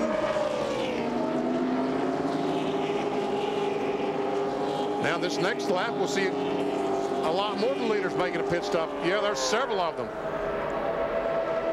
including Vickers, Johnson, Hamlin. Vickers giving up the race lead. There's Kevin Harvick in the 29 car. Harvick's headed for you, Dave. and he's been just hanging out there, not really pushing it too much at this point. Temperature's back to normal for Kevin. They're going to take on right side tires and fuel, Matt. Small wedge adjustment, left side tires for Busch. He was just trying to not get caught up in somebody else's mess. He said it was getting a little crazy out there. Amy? Just right side tires for Brian Vickers, who pitted from the race lead. His teammate Jimmie Johnson will get rights only as well, as did Denny Hamlin. These cars have to stay below that yellow line till they get to the backstretch. Here comes another group. Oh, look at Ryan Newman. Smoked that right front. The tires real bad. Yep, so they're going to have to change those tires now. Marty? Kyle Busch coming to pit road, ran up front for most of the day. They're going to get a tear off on the windshield. Matt Kenseth behind him. It'll be left side tires for the 17, right side tires for Kyle Busch. Just in front of him, they leave pit road about the same time, Dave. Greg Biffle will take on left side tires. They'll also make a wedge adjustment for Greg's car, try to get that handling just a little bit better. Waiting on the fuel, waiting. He's gone. Marty. Jeff Burton leaving pit road, guys, and they wanted right side tires this time for Burton. They were a little concerned about the water temperature. A bigger concern for Jeff Burton when he gets hit in the draft, bump drafted if you will. He's hitting the rev limiter hard. He switched to box 2, which has a higher rev limiter, which will allow him to run more RPMs. Mark Martin headed for pit road. Matt has Mark's pit today. Bill, they're counting him down, looking for debris on the grill. There is nothing. Mark, one of the drivers complaining about the water temperature, had climbed.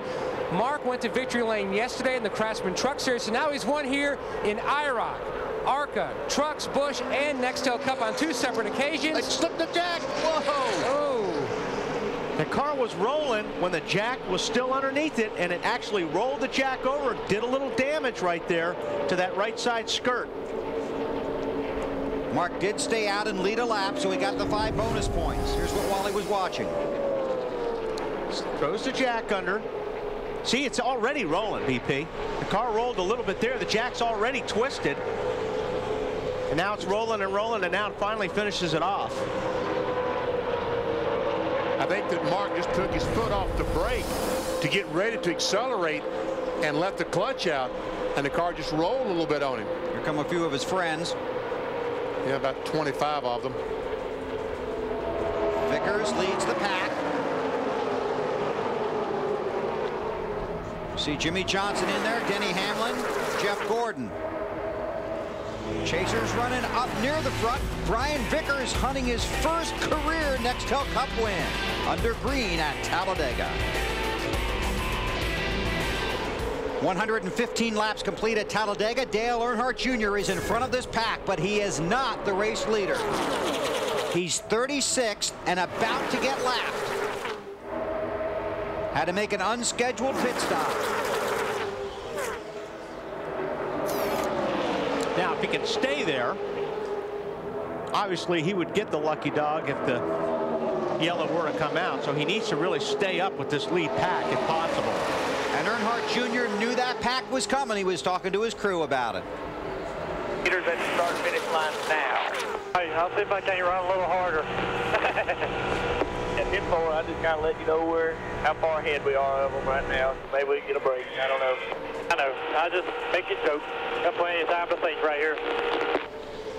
You know, riding around the racetrack by yourself at 51 flat, you got plenty of time to think. You really do. It's the most boring thing in the world. People, even though you're running 190 miles per hour, it's so easy to do at a place like this when you're by yourself. But now when you're in this pack, it's a whole different story. And it also shows how Earnhardt Jr. and his team, how they've matured, because he's making, trying to make light of a bad situation, and that's good leadership from the driver, trying to keep his guys loose.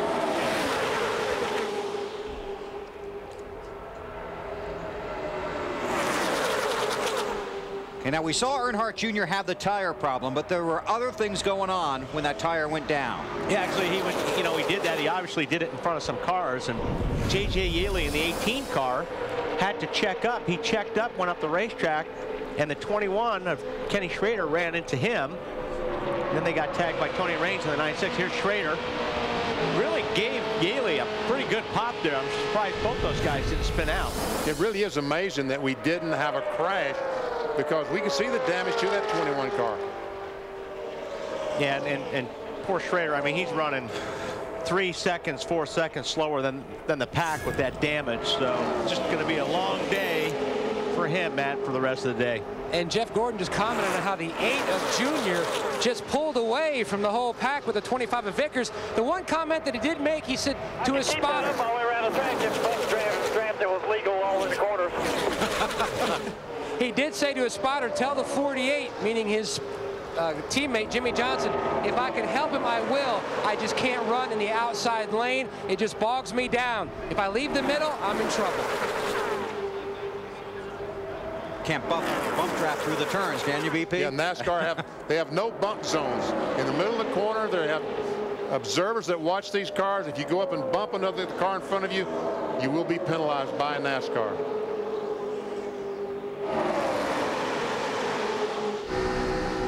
This is what it looks like when you're running in the middle of the pack at a $197, $198. And you watch these cars moving around.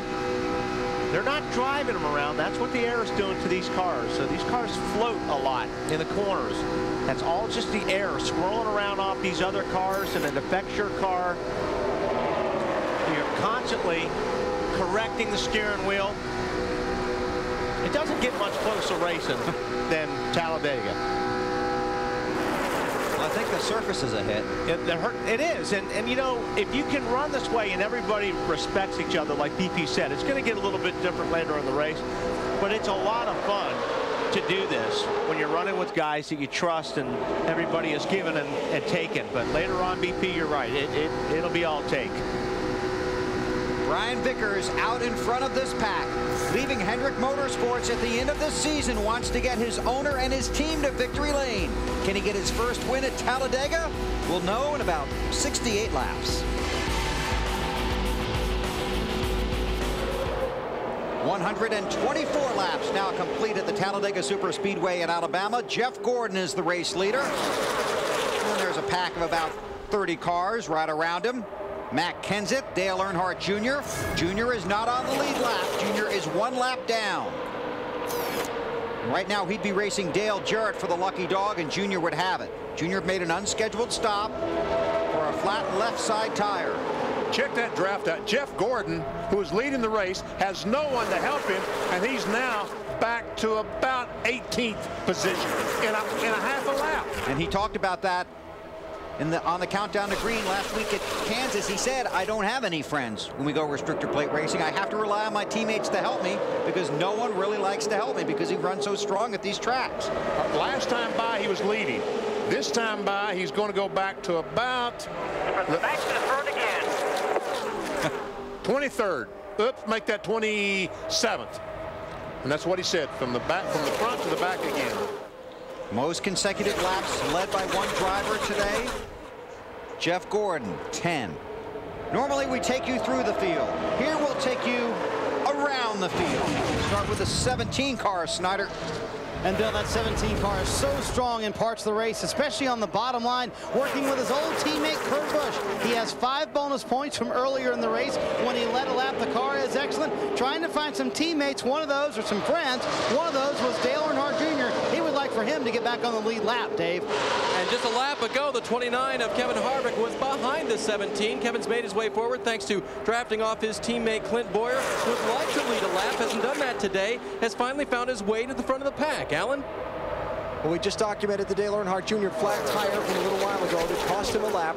Remember that the key car to watch while you're watching the 8 is the double 8, the 88 of Dale Jarrett. That's who Jr. is racing if a caution comes out to get the lucky dog and get back on the lead lap. And I can tell you, if he gets back on the lead lap, that's going to disappoint a lot of the guys racing out there right now. Jimmie Johnson fell as far back as 34th earlier in the race, has not said a whole lot on the radio lately except that his car's comfortable. He's running 6th, at least last time by. Marty? Jeff Burton made a fun move just a little while ago, Alan, on moving to the outside lane. He's been working with Tony Stewart here in this part of the race again. He's on ignition box number 2, which gives him more RPMs. These guys have finished back-to-back top 5s, and believe it or not, as good as the 31 team has been this year, it's the first time all year long they have back-to-back top 5 finishes, Alan. Denny Hamlin's one of the drivers trying to figure out what lane his car is going to work best in to try and move to the front. Right now he's in the middle lane. He said on the radio earlier that the middle lane seems to be a good place to run, but he thinks if you're going to pick up positions, you're going to need to be in the outside lane. He's not there right now. In scoring, Casey Kane in the 9. He's 13th on the bottom. He's been running the bottom and the middle. He tried the top. It just didn't quite seem to work as well, but he's been shuffled around. Evernham never won a plate race yet. They're hoping to break through today and also try to give him a boost in the points. He came in here 10. Snyder? Kyle Busch was saying earlier this would be a great race if everybody would quit side drafting. He says they're moving around too much on the racetrack. Let's stay in line. Let's race together. Kyle Busch has had a very good car run up front for most of the day. Now he's back in 19th, but knows he has the muscle to get back up front. Matt? And Mark Martin, he pitted last on lap 110. He was in the latter half of the window of the cars that pitted the last time. Now he's on the outside. Said nothing about the race car. They took right side tires the last time. 2 times he's gone to victory lane here in Nextel Cup. Meanwhile, the 24 Jeff Gordon not making a whole lot of headway. Fell all the way back to 27th. As you heard him say in the radio, he'll go from the back to the front, the back to the front, and he'll try it again. The 10 drivers in the chase for the Nextel Cup Championship and where they're running at Talladega. But it changes in a heartbeat here. Yeah, these guys, you can see they're starting to get more and more antsy. They're starting to do a lot more erratic moves now later as we get into the race. Had just 1 caution flag for a couple of laps for a shredded tire. Caution is out now. Debris. That will put Junior back on the lead lap. Well, the drivers won't like it, but the fans might be happy. This might be the hit of the day. Most of them are very happy. Oh, yeah. A lot of red down there. Lots of red. And we realize that Alabama uses a maroon jersey, but I still think that most of it is Dale Earnhardt Jr. shirts. There were a lot of them here this morning. So the pace car will catch the field. Matt Kenseth was the leader last time by. They'll all be coming to pit road. Field just coming off of turn 4. Pit road will be open this time. You cannot make it to the finish from here, but it might be your last crack at making any kind of adjustment or getting 4 tires. We'll see how it plays out. Clint Bowyer, the race leader, to Marty Snyder and Matt Kenseth stop. And they debated on fuel only, but Matt Kenseth actually vetoed that, said I want right side tires. If we're going to take the time to get the fuel, give me the right side tires and a tear off, Matt. Kurt Busch trying to get Roger Penske his first restrictor plate points paying victory. Right side tires only, and he stalls the car, trying to leave to get around the 9 crew members. Dave? The 29 car of Kevin Harvick is going to make a chassis adjustment, wedge adjustment. They're going to take 4 tires now to set him up for a 2-tire stop later. Alan? And a 2-tire pit stop for Carl Edwards in the 99 car. You see just the right side. They're looking to take a little piece of tape off the nose because their water temperature has been a little high. Brian Vickers with a 4-tire change in front of him in the 25. Check it out. Yep. Jimmie Johnson picked up 13 positions. So my guess is gas only, huh? Yep, a variety of strategies. Fuel only, 2 tires, some guys with 4 tires. Setting up the last 57 laps at Talladega. There's Todd Foster, rear tire changer Tony Stewart. It's off, tighten 5 lug nuts. It's done, back across the wall, left side. Tony gets 4.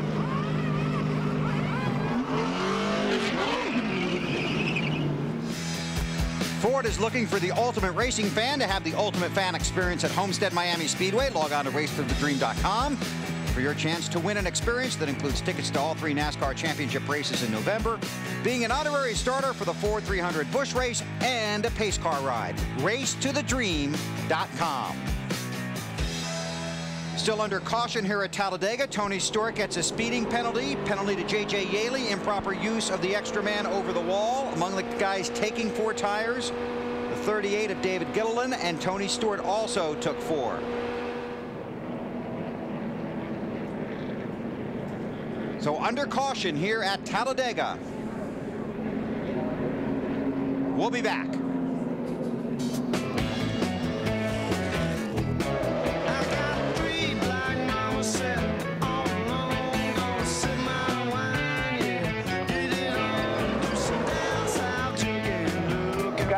pumping now, dude.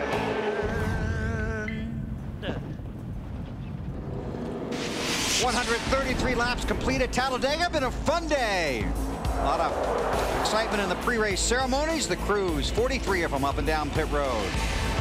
Getting ready for the green flag. Then on lap 40, Dale Earnhardt Jr. You could hear the fans roar from Tuscaloosa. He made his way to the front. Kevin Harvick making his stop on pit road. Waiting on fuel, waiting on fuel. Jimmie Johnson trying to get into his pit stall. After he'd lost ground on a previous pit stop, Dale Earnhardt Jr. cutting down a left front. Trying to make sure he stays out of traffic. Got that back to pit road. Just got the lucky dog back on the lead lap in the 31st position. Championship contender Mark Martin. Right side tires, and I like that Mark Martin pulls close to the wall so the guys don't have to run, take that extra step.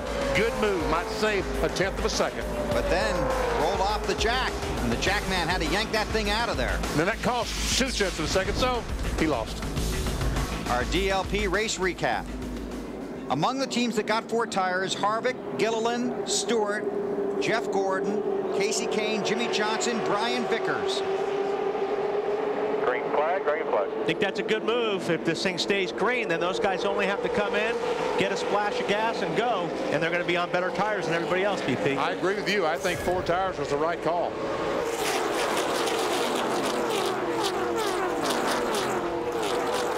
Clint Boyer is being pushed by the 17 car. Matt Kenseth, as they try to get away from the field. For a second, they had Bobby Labonte, a lap car in the 43, between themselves in 3rd place, but that vanished quickly. Denny Hamlin also took 4 tires. Want to point out that our race off of pit road that we showed you earlier after these pit stops was incorrect. Jimmie Johnson did not pick up 13 positions. There was a computer scoring error. He took 4 tires on his stop. Well, doggone, I was impressed. Boy, Boyer losing a lot of ground in 1 lap. There he is right there. He was in 1st and comes around that lap in 10th spot. See Kyle Busch in the 5 car swinging up high around the 12 of Ryan Newman.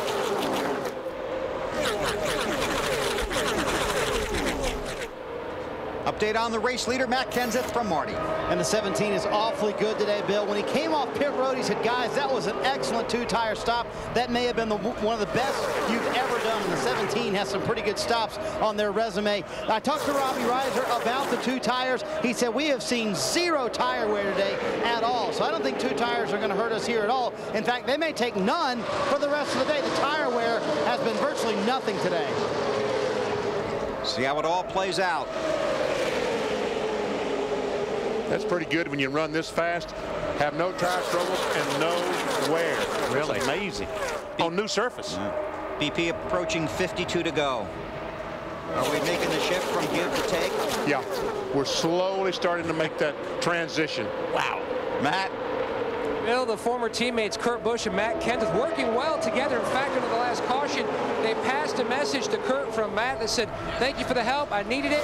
We'll do more of the same. And they are on the 2-tire strategy as well. Left side tires have about 20 laps on them, so that way they feel like the final stop, fuel only. Meanwhile, Jeff Gordon, he went the opposite direction in the 24 4 tires, so they can go no tires on their final stop. Just fuel, quick splash of fuel only. Mark Martin in that 6 car. Oh, there we go. Casey Mears, McMurray, and front of a huge pack. No, that's Jeff Gordon. Jeff Gordon is in it. Martin Truex Jr. in the 1. Gordon just got hit again. Oh, man. You got real hard, buddy. I didn't see it at all. Yeah. I guess Junior's back there in the middle of that, too, wasn't he? Yes.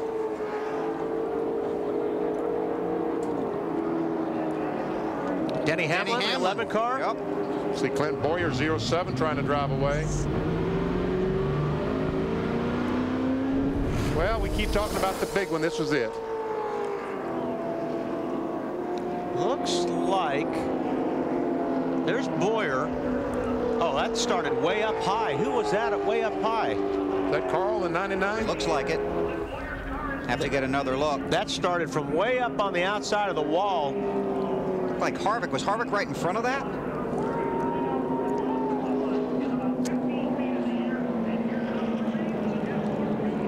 See if we can get another. Well, it's going to be tough to see from that shot, too.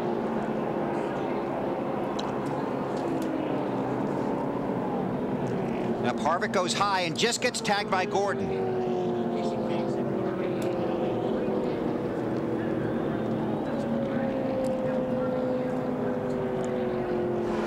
Some of these cars have already made it back to pit road. It looks like it's Carl Edwards. Now, I don't know if Carl got tagged, but he got loose, like he got hit.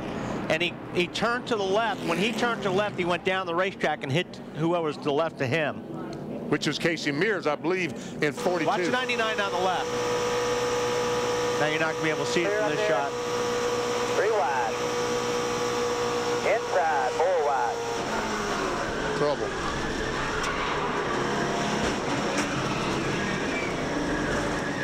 That's camera deep getting hit right there. Dave Burns.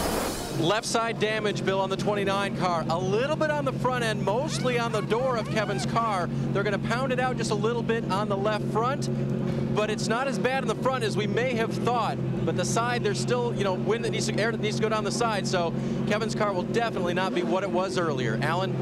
Well, most of the damage to Denny Hamlin's car concentrated on the fenders at the corners on the right side. Denny saying to the team he didn't think that the wheels were hit at all in any of the contact. So right now, the crew chief, Chris Gillen, the car chief rather, under the right rear of the car, looking at the damage there.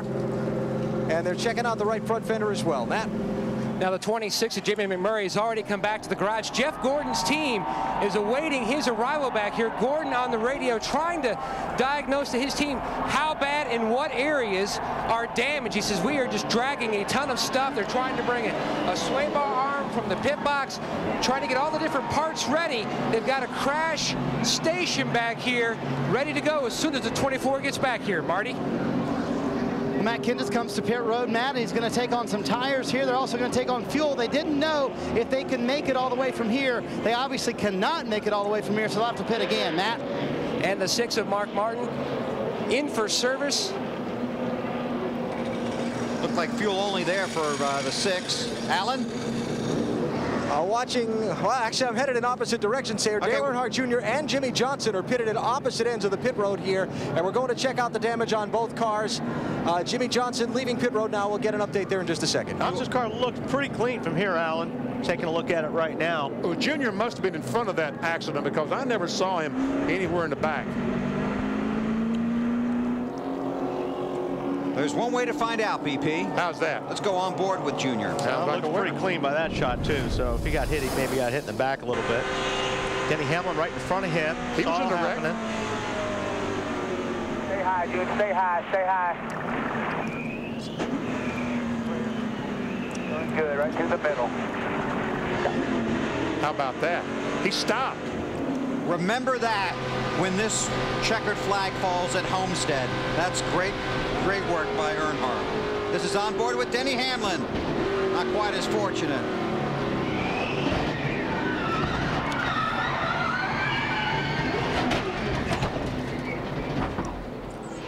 NASCAR Next Hook Up Racing from Talladega is brought to you by Allstate, official insurance sponsor of NASCAR. By UPS, proud sponsor of Dale Jarrett's 88 Ford. Go, Dale, go. By DirecTV, there's good TV, then there's better TV, then there's DirecTV. And by Wrangler. To Matt Yoakum. Bill, back in the garage, Jeff Gordon watching as his team tries to fix this race car. Tell us what happened from your vantage point, Jeff. I just saw up ahead of me some guys.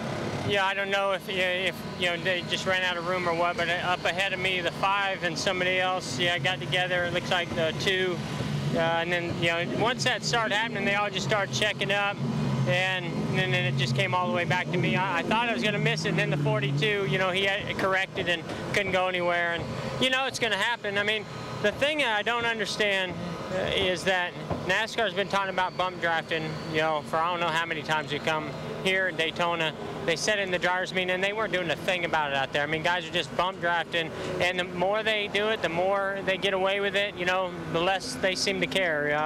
I know they care, but they're just not doing anything about it. You got to stop it when it starts. And, I mean, guys were slamming into one another. They're hitting each other in the corner. And, you know, yeah, we're in control. You know, it's a great racetrack. The thing's got a lot of grip, banking, everything's wonderful. But eventually, just what happened is going to happen. It's going to happen again, too, probably before the day's over. You told Steve Letarte at one point your wheels were lifted up on the backstretch. You almost wrecked due to bump drafting. Yeah, well, what people don't understand is, you know, they think that's all great. They're just sitting there running in the back of you. But when you start carrying all that momentum and you got a car in front of you, you have to move out eventually to make that pass. And if they're hooked to your rear bumper, it's just going to turn you right around. And you said Dale Jr. was the one who was bump drafting you hard? I don't know if it's motor or what he has there, but that guy seems to be able to run into the back of people harder than anybody else out there. He's a great drafter. I love racing with him, but man, does he run in the back of people. Big hit in the points the way it's looking today so far, but there's still a lot of day left. I mean, you never know what else can happen. Somebody's going to come out of here with a huge points day. You know what? I've said all along, if it's meant to be, it's meant to be, and it just doesn't seem meant to be for the DuPont Chevrolet. And you know, we just go out and race now. We got some great tracks coming up. We can win races. You never know what can happen, but you know, right now I'm not even thinking about it because I'm so bummed out that I know that you know, our chances are pretty slim of getting up there and winning this championship, if not completely done. The Drive for 5 took a big hit today. He started today 6th in the championship standings. Marty? Matt, Greg Biffle has climbed from a very damaged number 16 car. Was it just starting to get kind of crazy out there, Greg? You know, it wasn't getting that bad. I mean, everybody was kind of doing the same thing, and we just got somebody up there got 4 wide. It looked like getting in the corner, and just, you know, you run out of room so quick that narrows up so fast down there. And somebody just made a mistake. I thought I was through it. I got down on the apron, and then I didn't see the 26. You know, he was spinning and came back up in front of me. Thought we had it make it through with the National Guard car, but just too much damage to try and get it back out there. We got so much front damage, and the pulleys on the engine are damaged, and it knocked go up on belt off. So lots of damage that we won't be able to make minimum speed, so we're going to have to put it in the truck. Jeff Gordon was saying he felt like the bump drafting was a little excessive and kind of surprising to him that NASCAR wasn't doing anything about it. Your take on that? I may not have been in the group he was with. I didn't think it was excessive.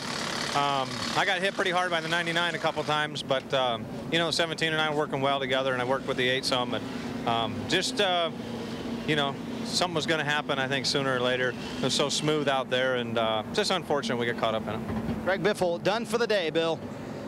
Under caution here with 142 laps complete. Yeah, I think what happened when I'm looking at this thing, Nemechek, for whatever reason, whatever's going on right up here up front, Nemechek may have checked up. The 99 had to check up of Carl Edwards. He definitely got ran into by the 48. And then when the 48 hit the 99 and turned him sideways, he turned down on Casey, and it was just one of those chain reaction things. Just the guys were checking up, and one guy wasn't fast enough, and it was the accordion effect. Yeah. Something happened about 5 or 6 rows in front of there, and all of a sudden, boom. He gets back to the 48. He runs in the back of the 99. Go on board Dale Jarrett's car here now. Now look at Jimmie Johnson up to the right. See, they start checking up. Sure didn't look like he got hit there, did it? No, it didn't look like he got hit there. But we heard Carl say on his radio that he got jacked up in the rear. These are the cars involved in the crash. Denny Hamlin, one of the chasers. Jeff Gordon, one of the championship chasers. Kevin Harvick. 3 of the chase contenders involved in this wreck. Marty? Yeah, I'm trying to describe what happened to Jamie McMurray because he was asking me, what was your take on all that? I don't know. I saw the 15 get underneath the 07, and I don't know, the 07 got turned around, and then you're just kind of along for the ride. So unfortunate. Seemed like you guys had an awfully fast car, and people wanted to work with you, though. Yeah, the Crown Royal Fusion was it was really fast at the start of the race. You know, I couldn't believe it. It's the same car I ran 5th with here in the spring, and you just have to put yourself, you know, in the right position at the end of the seal. But it got really hot. I don't know if I got a piece of tear off or something on my grill, but the car got really hot, so we kind of had to ride in the back the run just before that. We got it cleaned off, and you just get caught up in a wreck. Jeff Gordon was saying the bump drafting was a little surprising to him. Did you experience any of that? I mean, we were hitting each other pretty good. you know, after the Daytona race, they had lightened the bumpers up a lot, and after the Daytona race with like 4 or 5 to go, and people started hitting really hard, and everyone got out, and I think they were surprised how much their car wasn't tore up. So it's pretty aggressive today. They're working on the 26 car, hoping to get Jamie back into the race, Bill. Thanks, Marty. Also working on cleaning up the track here at Talladega. Take a look at the championship standings as they run now with 45 laps to go here at Talladega. Jeff Burton, one of 4 cars that did not pit under this caution. Burton, Tony Stewart, David Stremme, and Reed Sorensen all stayed out. Jeff Burton is the race leader under caution.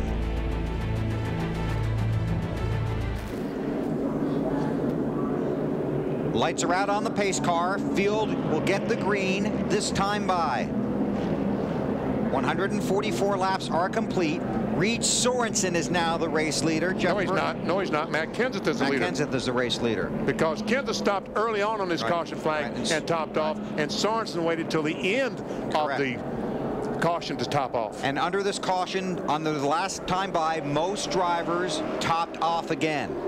I don't think they can make it the rest of the way. You're talking about running 43 laps. That's a lot. No, but when they do have to come in, that's less fuel they have to wait on when they pit. Good point. All right, let's see if we can get it sorted out.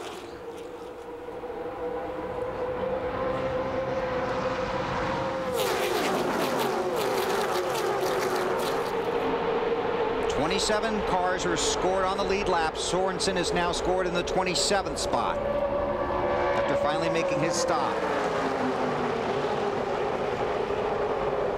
Jarrett, the second car there, is 1 lap down. But we know he has a fast race car. After all, he qualified second here yesterday morning. See Tony Stewart back there in the 20 trying to push that green 18 car. It's J.J. Aley in the 18.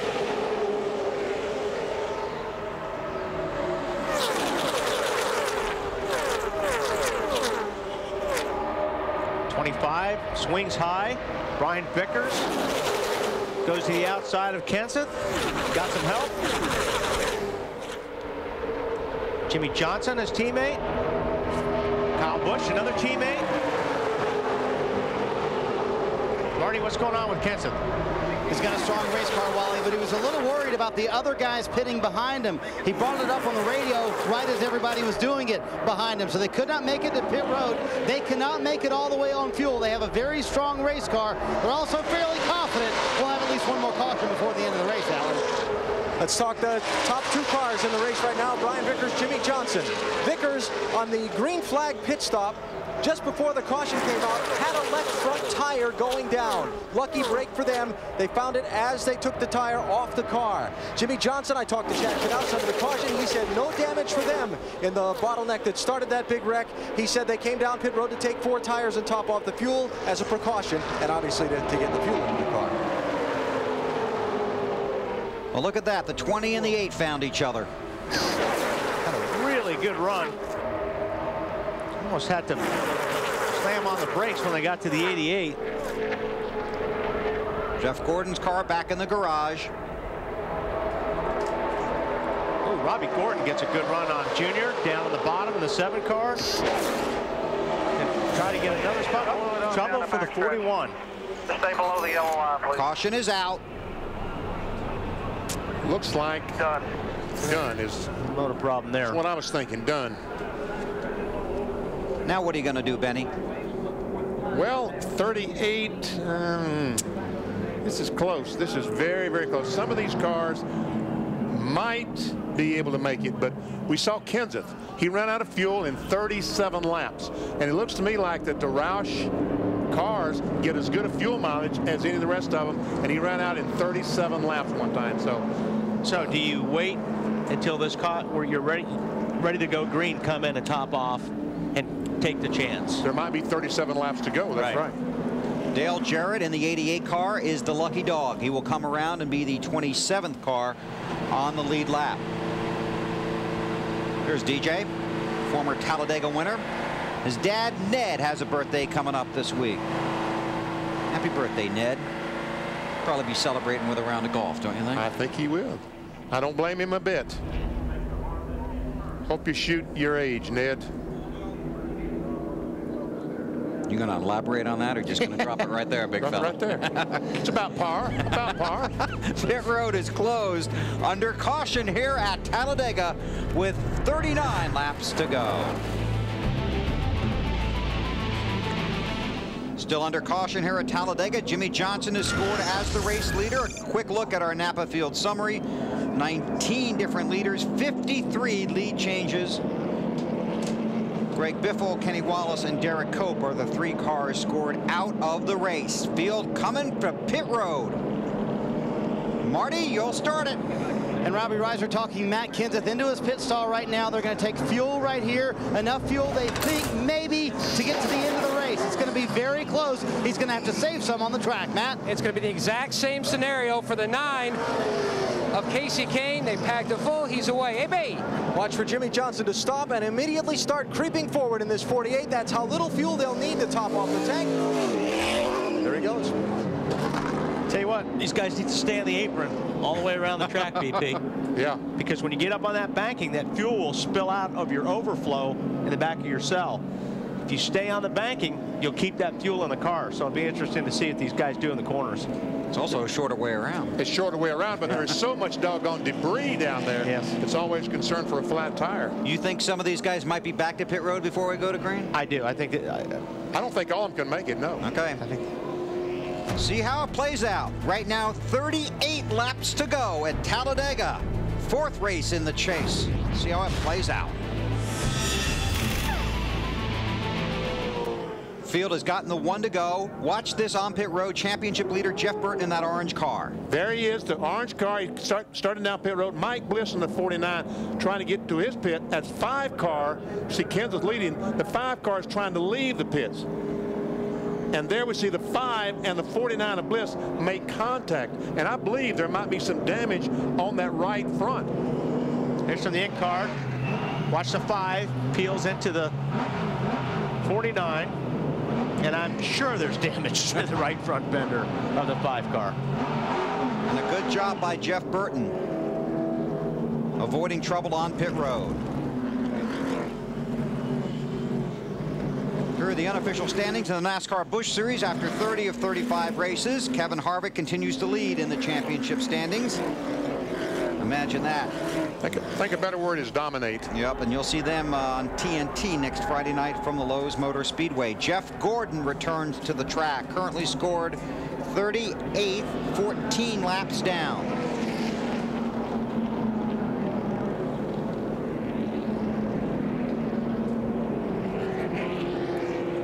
Well, he can get by Reed Sorensen. They said he was in the pits for 24 minutes. That's pretty good work by that DuPont crew to get him back on the racetrack. Car 24 for 24 minutes. A number of these cars have just topped off on pit road. 36 to go when they get to the line. Martin Truex Jr. is the race leader. It might be Kansas all over again. The leader, the winner, may coast across the start-finish line. It's not as easy to coast here as it is at Kansas. No, you might get run over if you're coasting in front of this pack.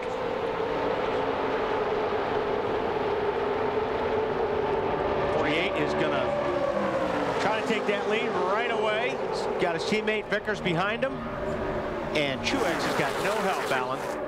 Well, he's got this 15 car and the 8 car back there, Alan. Yeah, they got to catch up to him first to be able to help him, though, BP, and not pass him while they do, like they just did. Martin Truex did not pit under that caution. They had just stopped back at lap 144. They stayed out that time. Jimmie Johnson, the leader, as soon as he left pit road, his crew chief Chad Knaus told him, save fuel.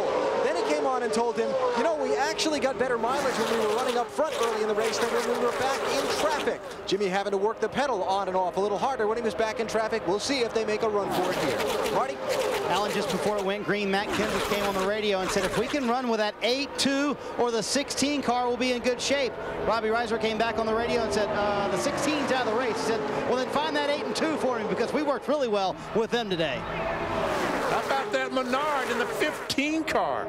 Is he a lap down? No, he's the leader. Paul? Did you get a shove there from Junior? He got a pretty good push. Definitely got a big push from Junior. Junior couldn't hang with it.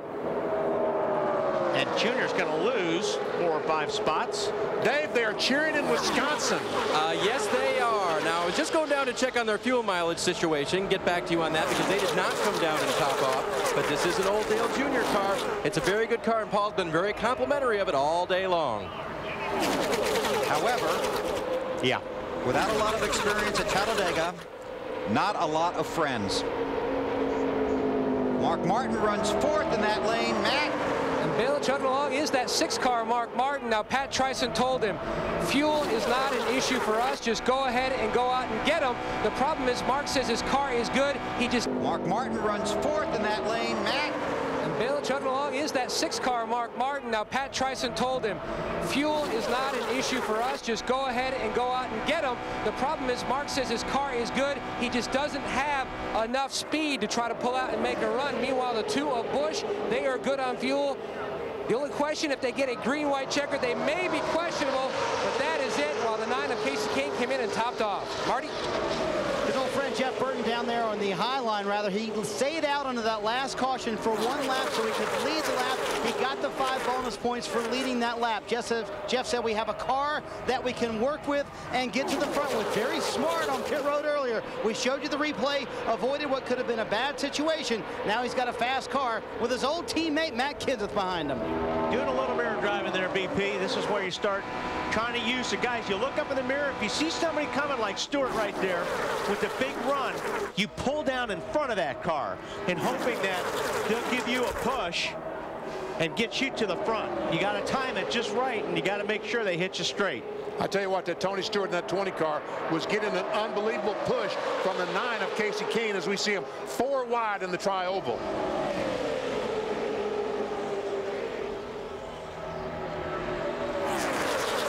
$58 lead changes today, the most here since July of 1984. Update on Tony Stewart from Marty. And here he comes. He's in 2nd place. He's kind of hung in the back for a good part of this race, but on lap 130, they took on 4 tires, and this is key. On lap 151, they topped off. They're fairly confident. Unlike most of the other guys, they can make it all the way on fuel. Fairly confident. Yeah. How confident were they last week? You know, they said, the engineer said they were going to be a half a lap short. And unbelievably, they were a half a lap short. See the 40 car there. That's David Stremme in the mix. Down on the bottom underneath Casey Kane in the 9 car. Got a pretty good run. If he could just pull it off right now and slip up in front of the 9, but doesn't have enough and doesn't have help. Tony Stewart said this is his new favorite track. Robbie Gordon in the 7. And the rookie, David Gilliland, the pole sitter behind him. Wow, they're stacked up going into 3. Wow, did you see Harvick stick that 29 car right in the middle of a 4 wide? And they're still 4 wide, BP. Casey Kane in the lead in that 9. You couldn't run 4 wide off before they paid this place without a wreck. Tony Stewart going for the lead. That time, Stewart took the lead. But Casey Kane led at the line and got his 5 bonus points. 24 of Jeff Gordon could not meet the minimum speed.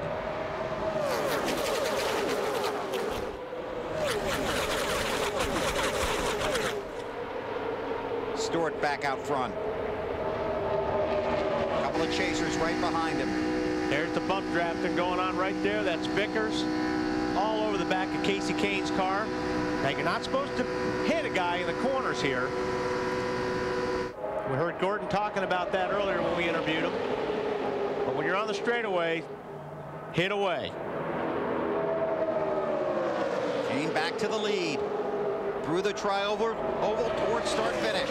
And Tony Stewart, just like Jeff Gordon early in the race, he's going to lose about 15-20 spots.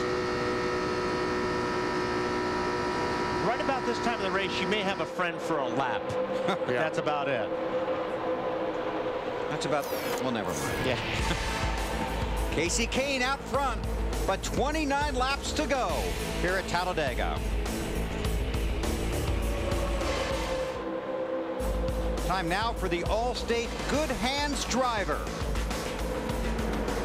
Yeah, this is Dale Earnhardt Jr. going through the big crash, about 10 cars involved. He just kind of stops and picks his way through and comes through with no damage. Allstate, official insurance sponsor of NASCAR. There's Jr. behind Kurt Busch. Kasey Kahne in that outside lane, then the 2 Hendrick cars, Johnson and Vickers, then championship leader Jeff Burton in the 31. Watch that 9 car, Kasey Kahne, come back. Yeah, that high groove is working pretty good, BP, and it's had the 48 really pounding on that back bumper, which has been helping too.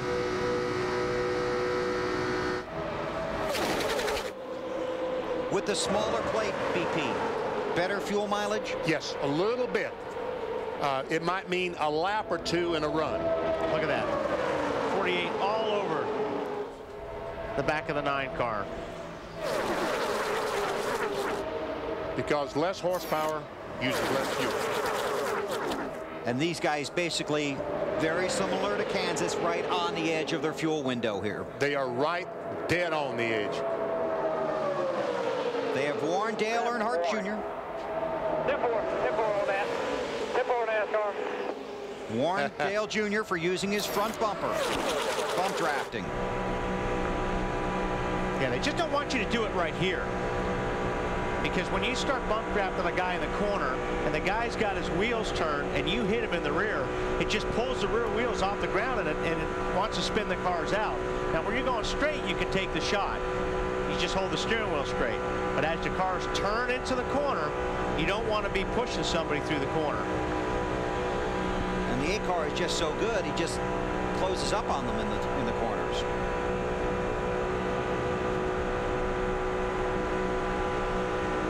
Fuels could be an issue here. Let's get some reports from pit road. Matt? While the car on the inside, the 2 of Kurt Busch doesn't have any issue with fuel. The 9 of Kasey Kahne, they are right on the edge of their window. In fact, after the last caution, his team was telling him to shut the engine off and just coast. AB? Dale Earnhardt Jr.'s crew chief, Tony Eury Jr., told me a couple minutes ago they are good to the finish on fuel. He said it very emphatically, yes.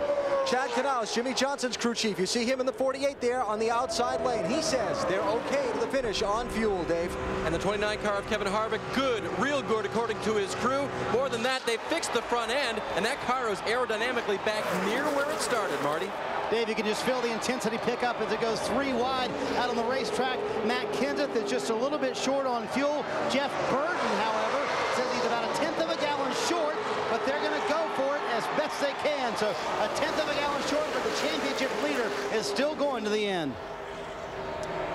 And Matt Kenseth, as we said, a little bit short on fuel, we think. And I never got a straight answer from Robbie Reiser. So I think 17 just a little bit short on fuel. And remember, they ran out at Dover, but so far their plan is to stay on the track. Matt? Marty, his teammate who's in his mirror, Mark Martin, they've told him he is good to go on fuel. Fuel is not a concern. He is saying, though, that it's getting awfully warm inside that race car. Bill? Kasey Kahne goes back to front. Now, the way Junior got the lead, if you saw that pass, was he hit the 2 while the 2 was turning into the corner. The 2 of Kurt Busch got loose and he went flying up the racetrack, and that's what NASCAR doesn't want you to do. Junior tries to edge away. It's Jimmie Johnson and Brian Vickers behind the 8. Kasey Kahne leads that inside lane.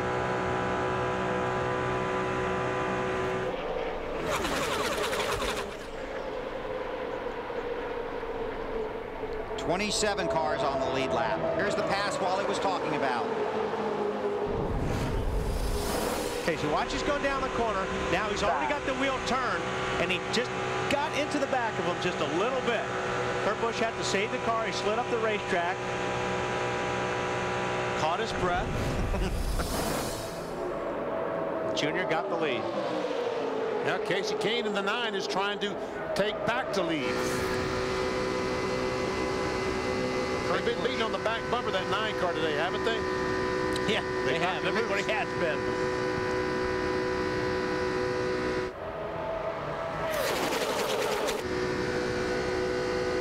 Kahne really wants to get in front of Earnhardt. Yeah. Johnson in the 48, Kurt Busch in the 2. Meanwhile, here comes Tony Stewart up on the inside trying to make it 3 wide. Has a little bit of help with Scott Riggs. Let's just hope Scott's fast enough to push the 20. Riggs got a lucky dog to get back on the lead lap.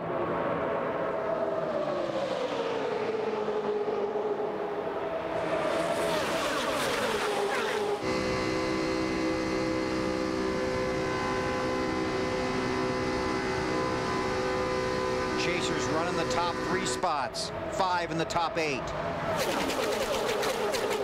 All change here so fast, though. Yeah, it really does. And they are really nose to tail right now. A pack of 27 cars on the lead lap. We have a 1-minute break. We have to get in before the checkered flag. We'll do that right now. Come back, take you to the checkers here at Talladega. Less than 17 laps to go here at Talladega. Dale Earnhardt Jr. is the race leader. It just looks like that high line is the place to be today, BP. And I think Jr. knows that. He does not want to give that high line up. And Casey Kane is running the middle of the racetrack. I'm surprised he doesn't drive down to the yellow line and run the very bottom of the track.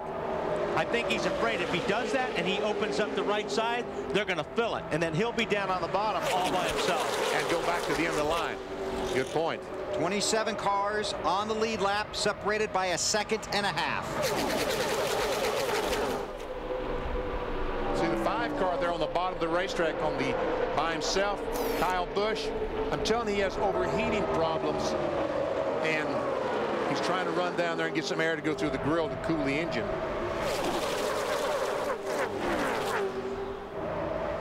You could feel in the Bank of America Countdown to Green pre-race show that Dale Earnhardt Jr. could not wait for this race to get started. Well, he knew he had a good race car. I mean, he was very disappointed in qualifying, but in practice, his car was really strong. They were real happy with that car. And you're right, he couldn't wait to get started. 5-time winner. Allen? Well, Bill, Dale Earnhardt Jr. looking to see if he can score. Oh, we got trouble, AB. J.J. Yaley trying to hang on to it. Caught a couple of cars. Paul Menard, Tony Stewart, David Stremme. Kyle Busch, who'd fallen off the pace, gets through it.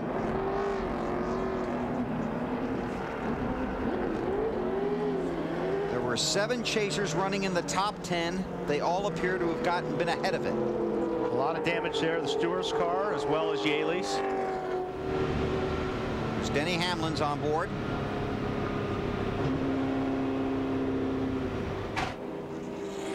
Jeff Gordon, meanwhile, is back on the racetrack. This is going to happen right in front of Tony Stewart. It's like Stremme is going to get in the back of the 18 and just hook him. And the 11 car ran in the back of the 20. No, I guess it was a 15 that did most of the damage. Boy, it looked like Hamlin got through there somehow. He ran in the back of the 20, but I'm not sure how much damage that he did. He got it pretty good. He did. A lot of quarter panel damage. So the right side tire is smoking on Hamlin as well. Well, I mean, Yaley just got off the throttle like, almost like a tire blew or something, because he slowed down really fast. And those guys behind him, they couldn't do anything. Here's Hamlin's on board.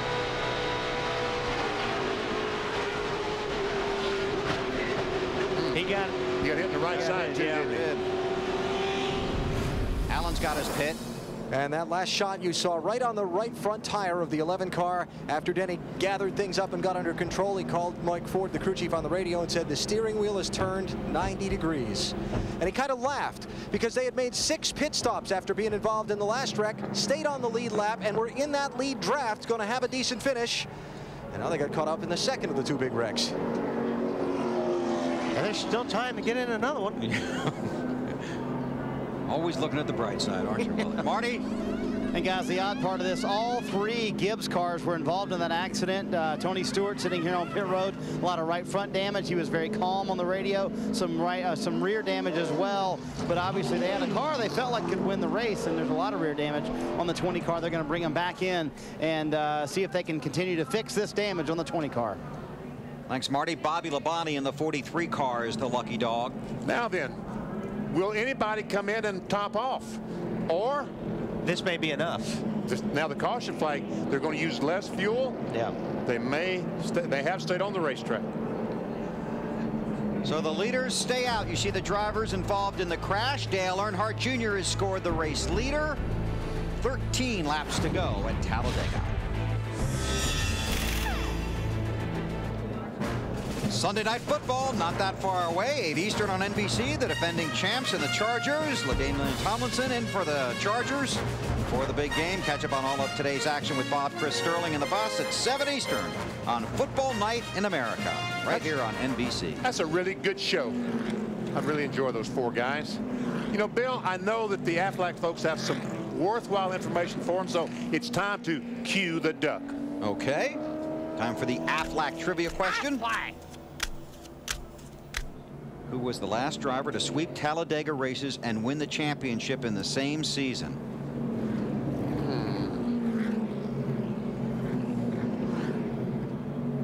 Might have been Earnhardt. Oh. Way to live on the edge, BP. Yeah. Down to pit road. Here's Dave. Yeah, we were looking at it together. Todd Berry, crew chief for the 29, Earnhardt's old ride here. Now, last week you change a spring and come home 15th and keep your championship hopes alive. This week you fix a beat-up race car. Can you stay in the top 10 here? I think for sure we can stay in the top 10, but top 10 is not going to get it, so we got to go harder than that. And we're not going to be satisfied unless we get over the top 5. But there's a lot of wrecking left, I'm sure, and a lot of things we're going to have to miss because there's a lot of laps to go. Is the car truly raceable? Can Kevin race it hard? Oh, yeah, absolutely. The car's not hurt at all, so I think we're pretty good shape right here. Just it's going to be having a partner and being able to get where we get up there to the front. Looks like that 8 can just match the gas and go whenever he wants to, but aside of that, I think we're all right. Imagine that here at Talladega, Marty. Well, Dave, let's summarize the last few minutes on the 31's radio for the championship leader. Jeff Burton did not want to pit. Scott Miller, you did for fuel. How did Jeff win that battle? Well, I mean, basically what happened there is nobody else looked like they were going to duck in. We should be fine now to the end of the race. I was just trying to give us a little bit of a good shot for making it on a green-white checkered in case it came down to that. There hasn't been that many yellows today. That might not come into play, but if anybody else was going to be safe, I needed to be safe too. Jeff has driven a smart race, I would say, today. Does he have anything for the 8, though? I'm not really sure. You know, you never can tell about him. He leaves a little in the bag for the end. We'll see. With a green-white checker, the 31 probably cannot make it all the way, but if it doesn't go green-white checker, they should be good, Matt. Kenny Francis continues to work the mileage numbers, so are you good if we get a green-white checker situation, or is it still very questionable? I think a green-white checker would be pretty questionable. I think we're good to the end. Looks like the best numbers we got, we should be okay, especially with the cautions here. It'd be hard to say on a green-white checker, but really no one's got any choice. You know, the way the track position is and 10 to go, you've just got to stay out and hope for the best. They continue to tell him, shut the car off and coast under caution, and also protect that bottom. Do not give it up, baby. With Tony Eury Jr., Dale Earnhardt Jr.'s crew chief, your driver got a warning from NASCAR earlier before. How did he react to that? Oh, he was cool with it. You know, he asked the question like 2 cautions before that, you know, when was too much and, you know, if he'd been jumping over the line. So they were nice enough that they let him know, and he's cool with it. This is the smaller plates, it just makes it tighter, and the guys have to do what they got to do to get around here. But, you know, I'm really proud of my guys. It's a car that we just decided to bring Monday, so hats off to all them guys.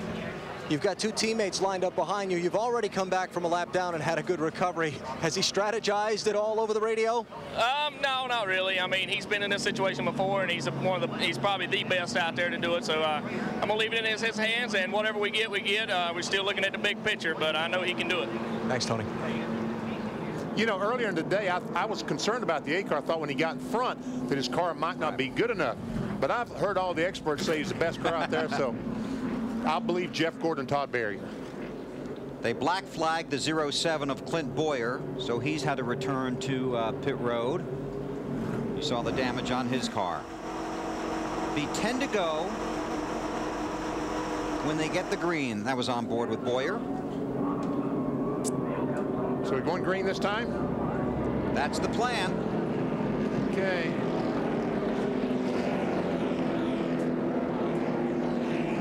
Pace car to pit road. 25 cars on the lead lap from Dale Earnhardt Jr. all the way back to Denny Hamlin. There are some cars that could have pulled up, but I'm glad they didn't. 7 of the 10 drivers in the chase for the Nextel Cup restart in the top 10 spots. Report from pit road is that Tony Stewart will try to help Denny Hamlin get to the front. Teammates, of course, for Joe Gibbs Racing. And as Alan Bestwick talked about, Dale Earnhardt Jr. has the 20, the 48, and 25. Rick Hendrick owned cars, teammates directly behind him. Yeah, I'm sure that 8 car will start getting real wide here in the last 9 laps. He'll be looking in that mirror. What's Burton? Oh, he may have a tire going down. Burton? Championship leader. Be ready, guys. Be ready. Copy. The way that car wiggled, he may have a tire flat. Marty, he came on the radio and said something's wrong. And he said, I think I've got a flat. Fortunately, it happened pretty much on the back stretch going into turn 3. A very opportune time to have a flat tire for Jeff Burton. He diagnosed it. He said it's a left rear flat tire. They bring him to pit road. They will change left side tires only for the championship leaders as Dale Jr. and everybody else races around the track. He will try to get these tires changed as quickly as possible and back out on the racetrack. Tough break for the championship leader, Bill. Back up. They're going to go down a lap for sure, Marty. Evidently the right rear. They're changing right sides as well. 4 tires under green for Jeff Burton. He came to pit road with an 87-point lead in the chase for the Nextel Cup. Well, that's going to change in a lap. He said here in the media center on Friday, everybody's going to have a bad race. It could be here for me. Look at that, from 87 to 16 in 1 lap with 10 to go.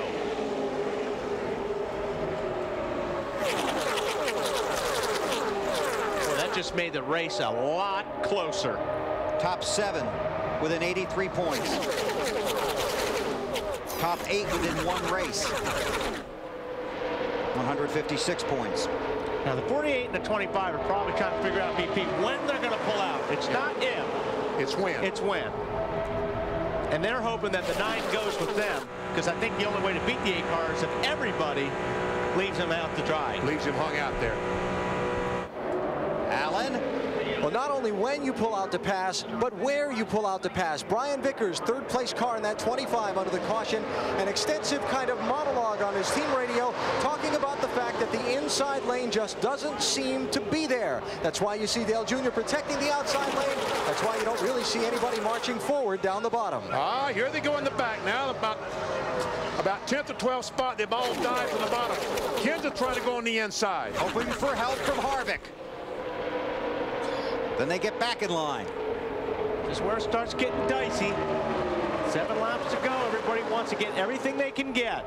Carl Edwards by himself on the bottom of the racetrack.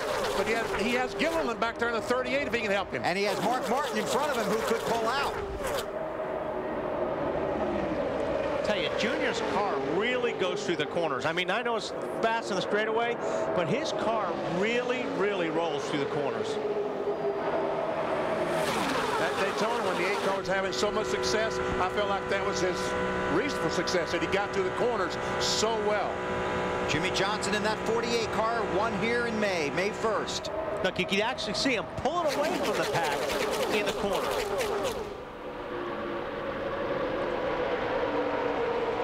Is there any chance they'd all pull out and try and hang out Earnhardt? Well, that's what I'm saying. The only way I think they're going to beat him is if they do that. They all have to, and they should do it sooner than later. Right. I mean, they shouldn't wait for the last lap because, like I said, Junior's going to make that car awfully wide. 5 to go at the line this time. And so he should. Through the tri-oval. Remember, the start-finish line here is down past the end of pit road.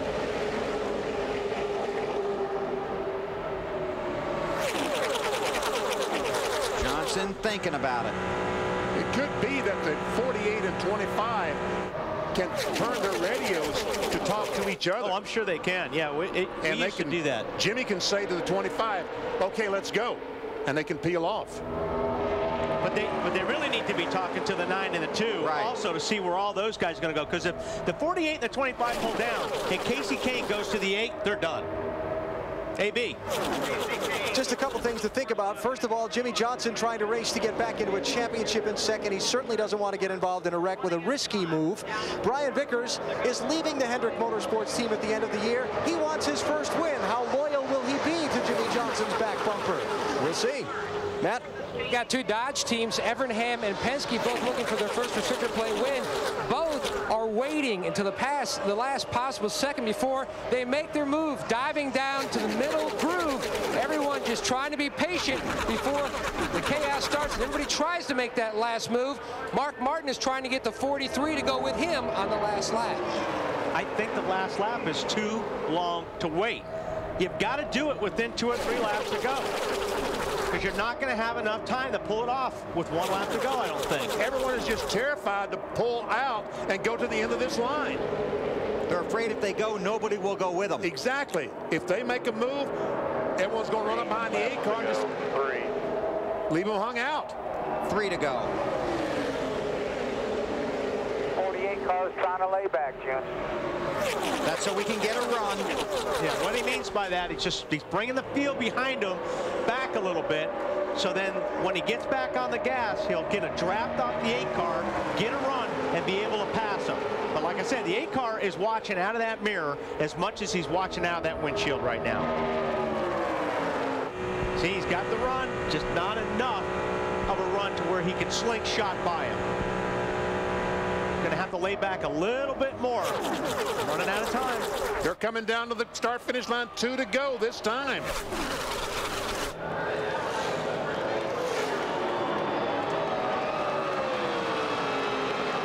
This is when it's got to happen. 2 to go. And they're going to get antsy in the back once they start running side by side behind them. Coming to the white flag this time. All lined up, 10 in the line, then 2 wide.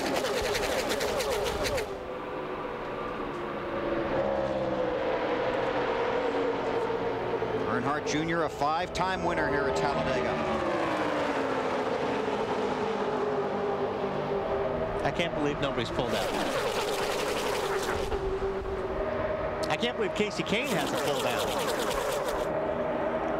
Because Casey, I mean, he needs to be going for the win. Yes. It's not a point steal for him. Or Kurt Busch. Fans cheering at Talladega. Earnhardt Jr. leads last lap. Outside. Vickers wants to go.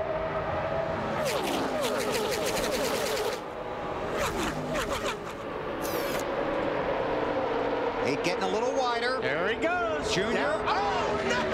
Vickers hits the 45. Hook to 48. It takes out Earnhardt and Jimmie Johnson.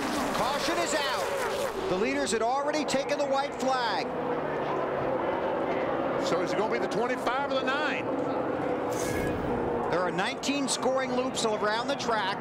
NASCAR will use scoring loops and videotape to determine the race winner. The checkered flag is out. Checkers and yellow out at Talladega. Oh, man, oh, man.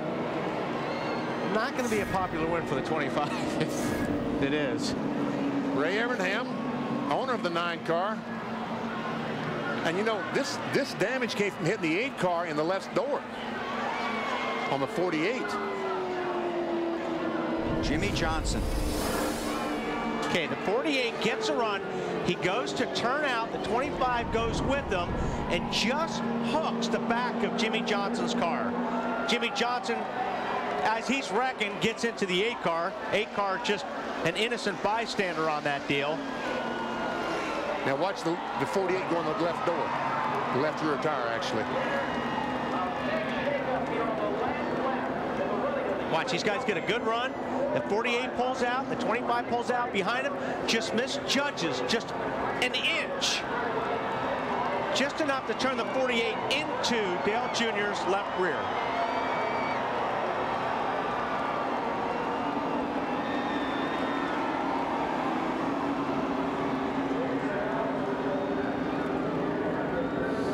There you see it again. Same thing happened in the Truck Series race Friday night. I mean, last night. Mike Skinner hooked the right rear of Mike Walsh, and in the wall he went. He hit the wall. He didn't have the 8 car to bounce off of. He went in the wall. Get on board the 8 car here. This is a look out the back. You'll see Jimmie Johnson get a good run. This is what he was waiting for. And then watch the 25 just hook the rear fender here. Just touch the bumper.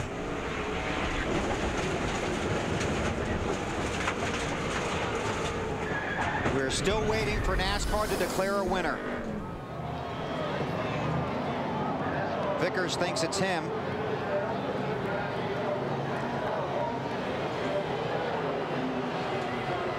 We wait for word from NASCAR. Dave? With Tony Eury Jr., crew chief for Dale Jr. Looks like you were going to get teamed up on anyway, but you didn't expect to get wrecked. No, I mean, that was it was just a bad deal. I mean, that's racing. You know, I hate it for a points day. That was the biggest deal. We knew we might finish third, but you know, Brian was just a little eager to get his first win or whatever. But you know, my hat's off to Chad and them guys. I mean, Jimmie he's matured a lot in the last year as far as a driver on these restrictor plate races. So it's not his fault. It's just Brian was a little bit anxious. But you know, that's the way it goes. We just got to keep our chin up and dig for this championship. Just glad DI's back on the restrictor plate deal. But my boys in the motor shop just keep digging. We'll get them. All right, true emotion here from the 8 camp today. Didn't win, Bill. And Brian Vickers did. That's the word from NASCAR. Brian Vickers is the race winner. And keep in mind that Brian Vickers and Jimmie Johnson are teammates at Hendrick Motorsports. And Vickers is leaving that team at the end of this season. Is not allowed in team meetings and hasn't been for a while at Hendrick. Chevy congratulates Brian Vickers and the 25 Monte Carlo SS on another great team victory. 25 of the last 34 NASCAR Manufacturers Championships and counting. Chevy, an American revolution. Marty? Well, Dale Earnhardt Jr. has climbed from the car. The 8 Budweiser Chevy is very damaged. He's going to take off his helmet, take a moment to cool down here, and explaining things to his guys here. Junior, he wants a second. He's going to take his booties off. Obviously upset, leading on the final lap. Handshake from Tony Eury Sr. on a race that was very well run. And certainly not the end that he wanted. Clearly had the best car today. And I know that's a disappointing one to take. Walk me through what was going on with the 48. Well, he was just waiting till the last lap.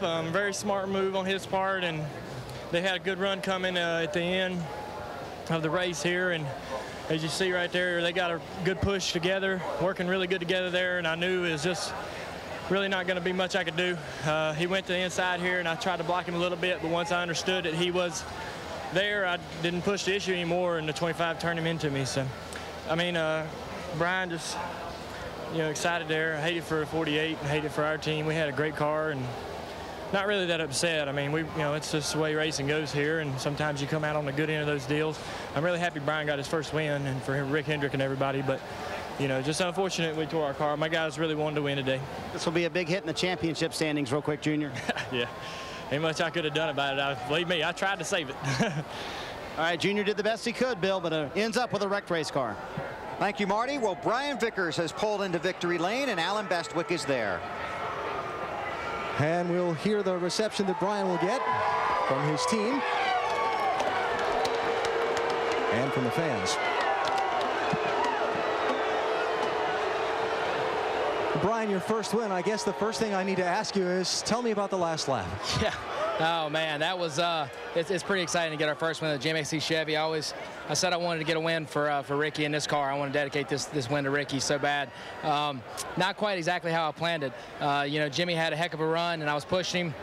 And then when he turned down, I got off of him, and he turned down to pass the 8, and the 8 just kept pushing him down. And when he jerked to avoid the 8, trying to block him, I just got in the back of him. I apologize. That's the last thing I want to do was get into Jimmie and all that take place. But you know, when the 8 chopped him, and Jimmie swerved, and I just got him. It's not how I wanted to win it, but it's nice to get a win for this 25 car. It's been a long time. I was going to say, can you explain the mixed emotions that this must bring for you? Mixed emotions. You're saying enough. I mean, I'll tell you, there at the last lap, I knew that Jimmie was waiting for the last lap, and I was willing to push him to the front. I didn't expect for us to be able to win. I was looking for us to maybe get a second place, for Jimmie to push Jimmie by the 8, and that'd be it. And but what happened, and you know, it's still nice to get this win. It's not quite how we planned it, but I hate it for Jimmie. I want to apologize to him.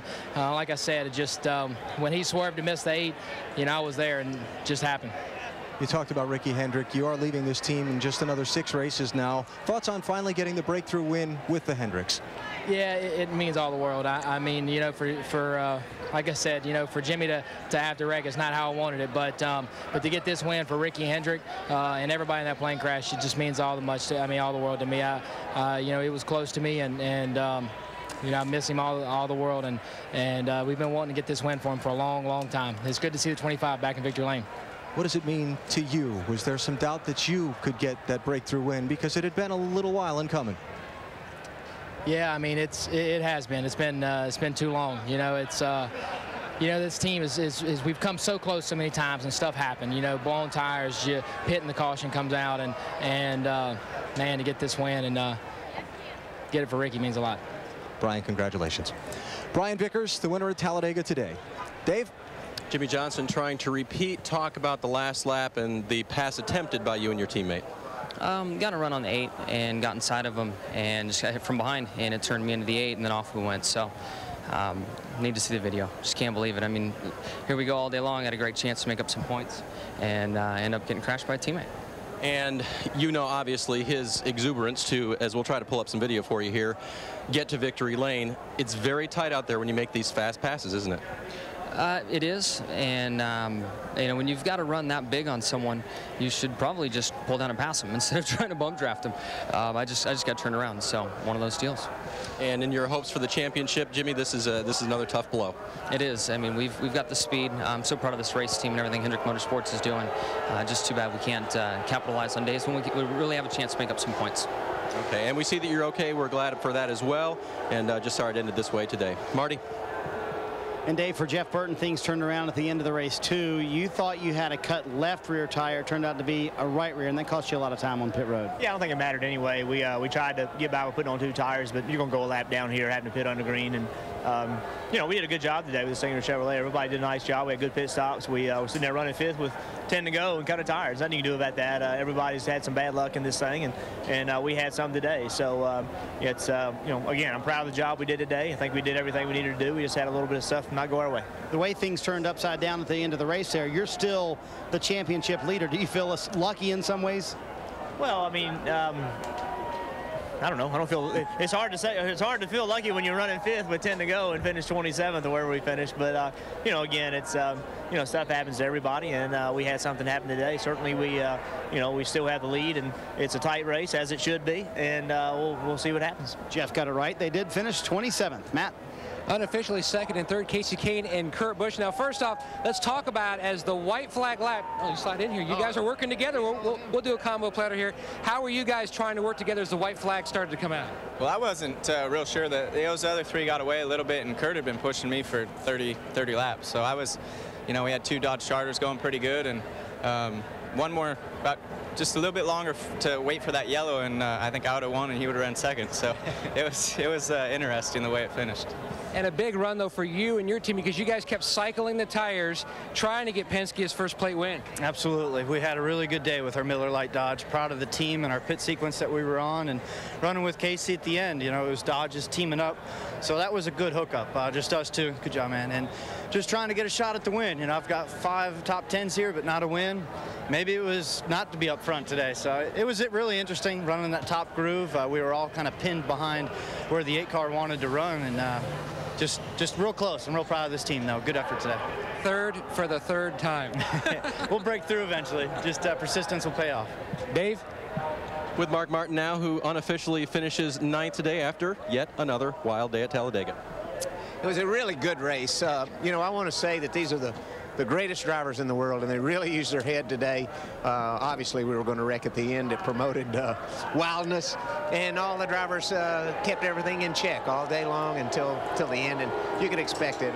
I'm real proud of Pat Tryson and our AAA team for you know, racing smart, calling a great race, and digging in. We finished better than we ran today, and that's a tribute to what the last 2 weeks we've done that, and I'm real proud of those guys. Did you feel, Mark, like you were able to race today, or just to sort of hang on?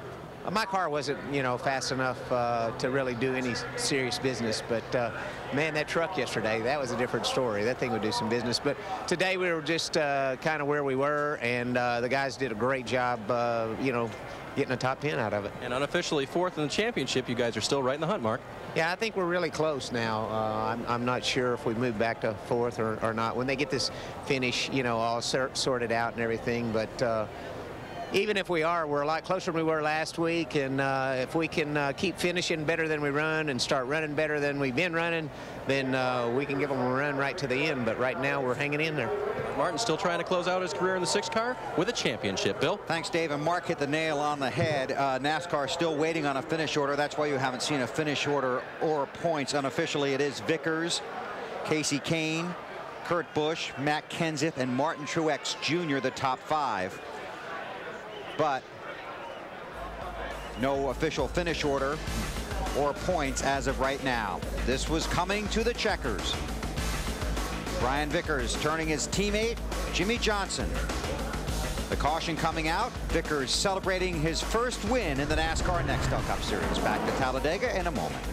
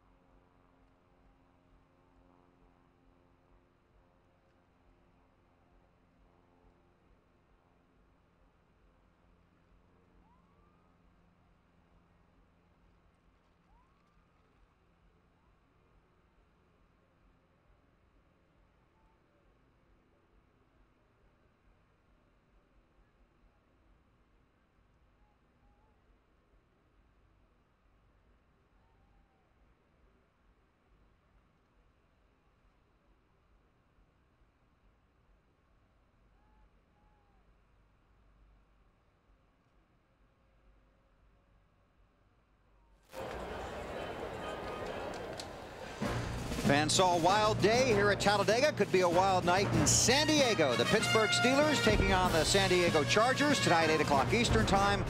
All begins with Football Night in America with Bob, Chris, the Bus, and Wally's new best friend, Sterling Sharp. Pittsburgh at San Diego tonight. Let's get a report. Here's Andrea Kramer.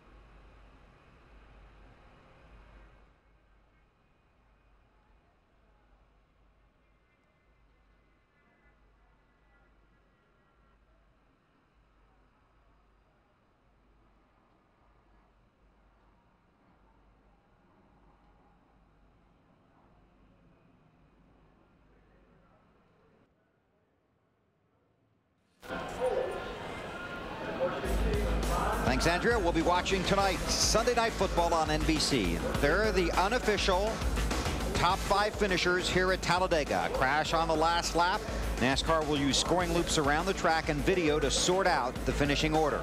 This is half a lap from the checkers. On the backstretch, the 48 of Jimmie Johnson, the 25 of Brian Vickers. And Johnson gets a great run. He gets hooked in the right rear by the 25, turned up into the 8 car. Both those cars spin. Once again, we'll see this. There's a hook in the right rear, and around goes the 8 and 48. Vickers goes on to victory lane.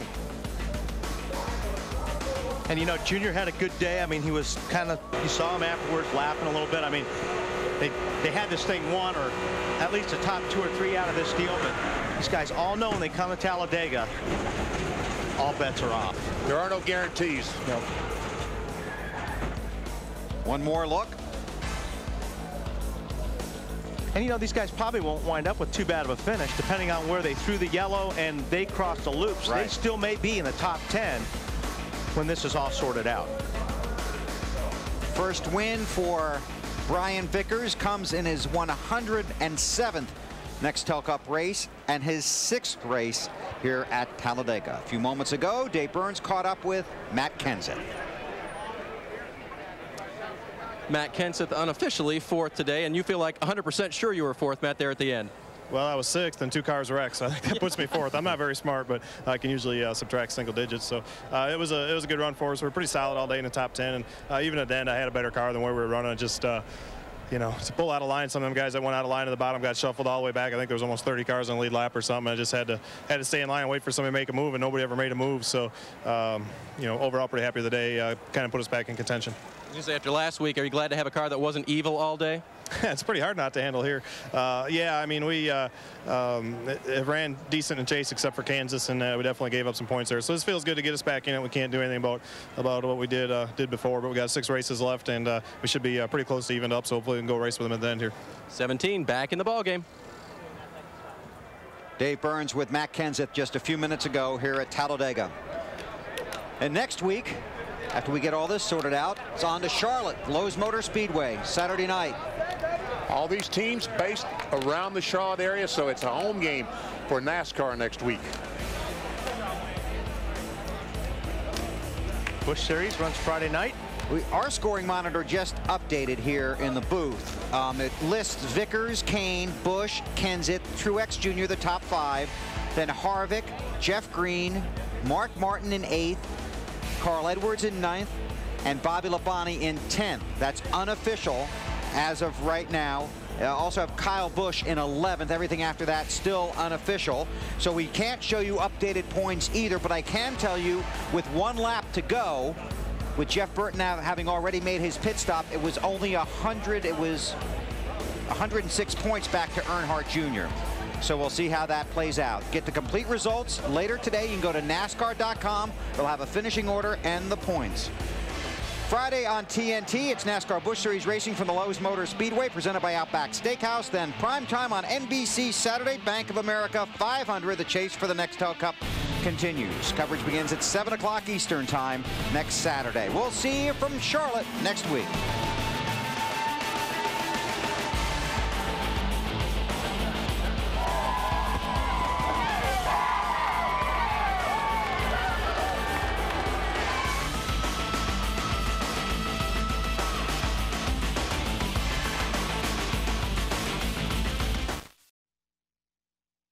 This copyrighted telecast may not be reproduced, retransmitted, or used in any form without the authorized written consent of NASCAR Broadcasting. NASCAR would like to thank all of our loyal fans for your continued support, and we hope you enjoyed today's broadcast.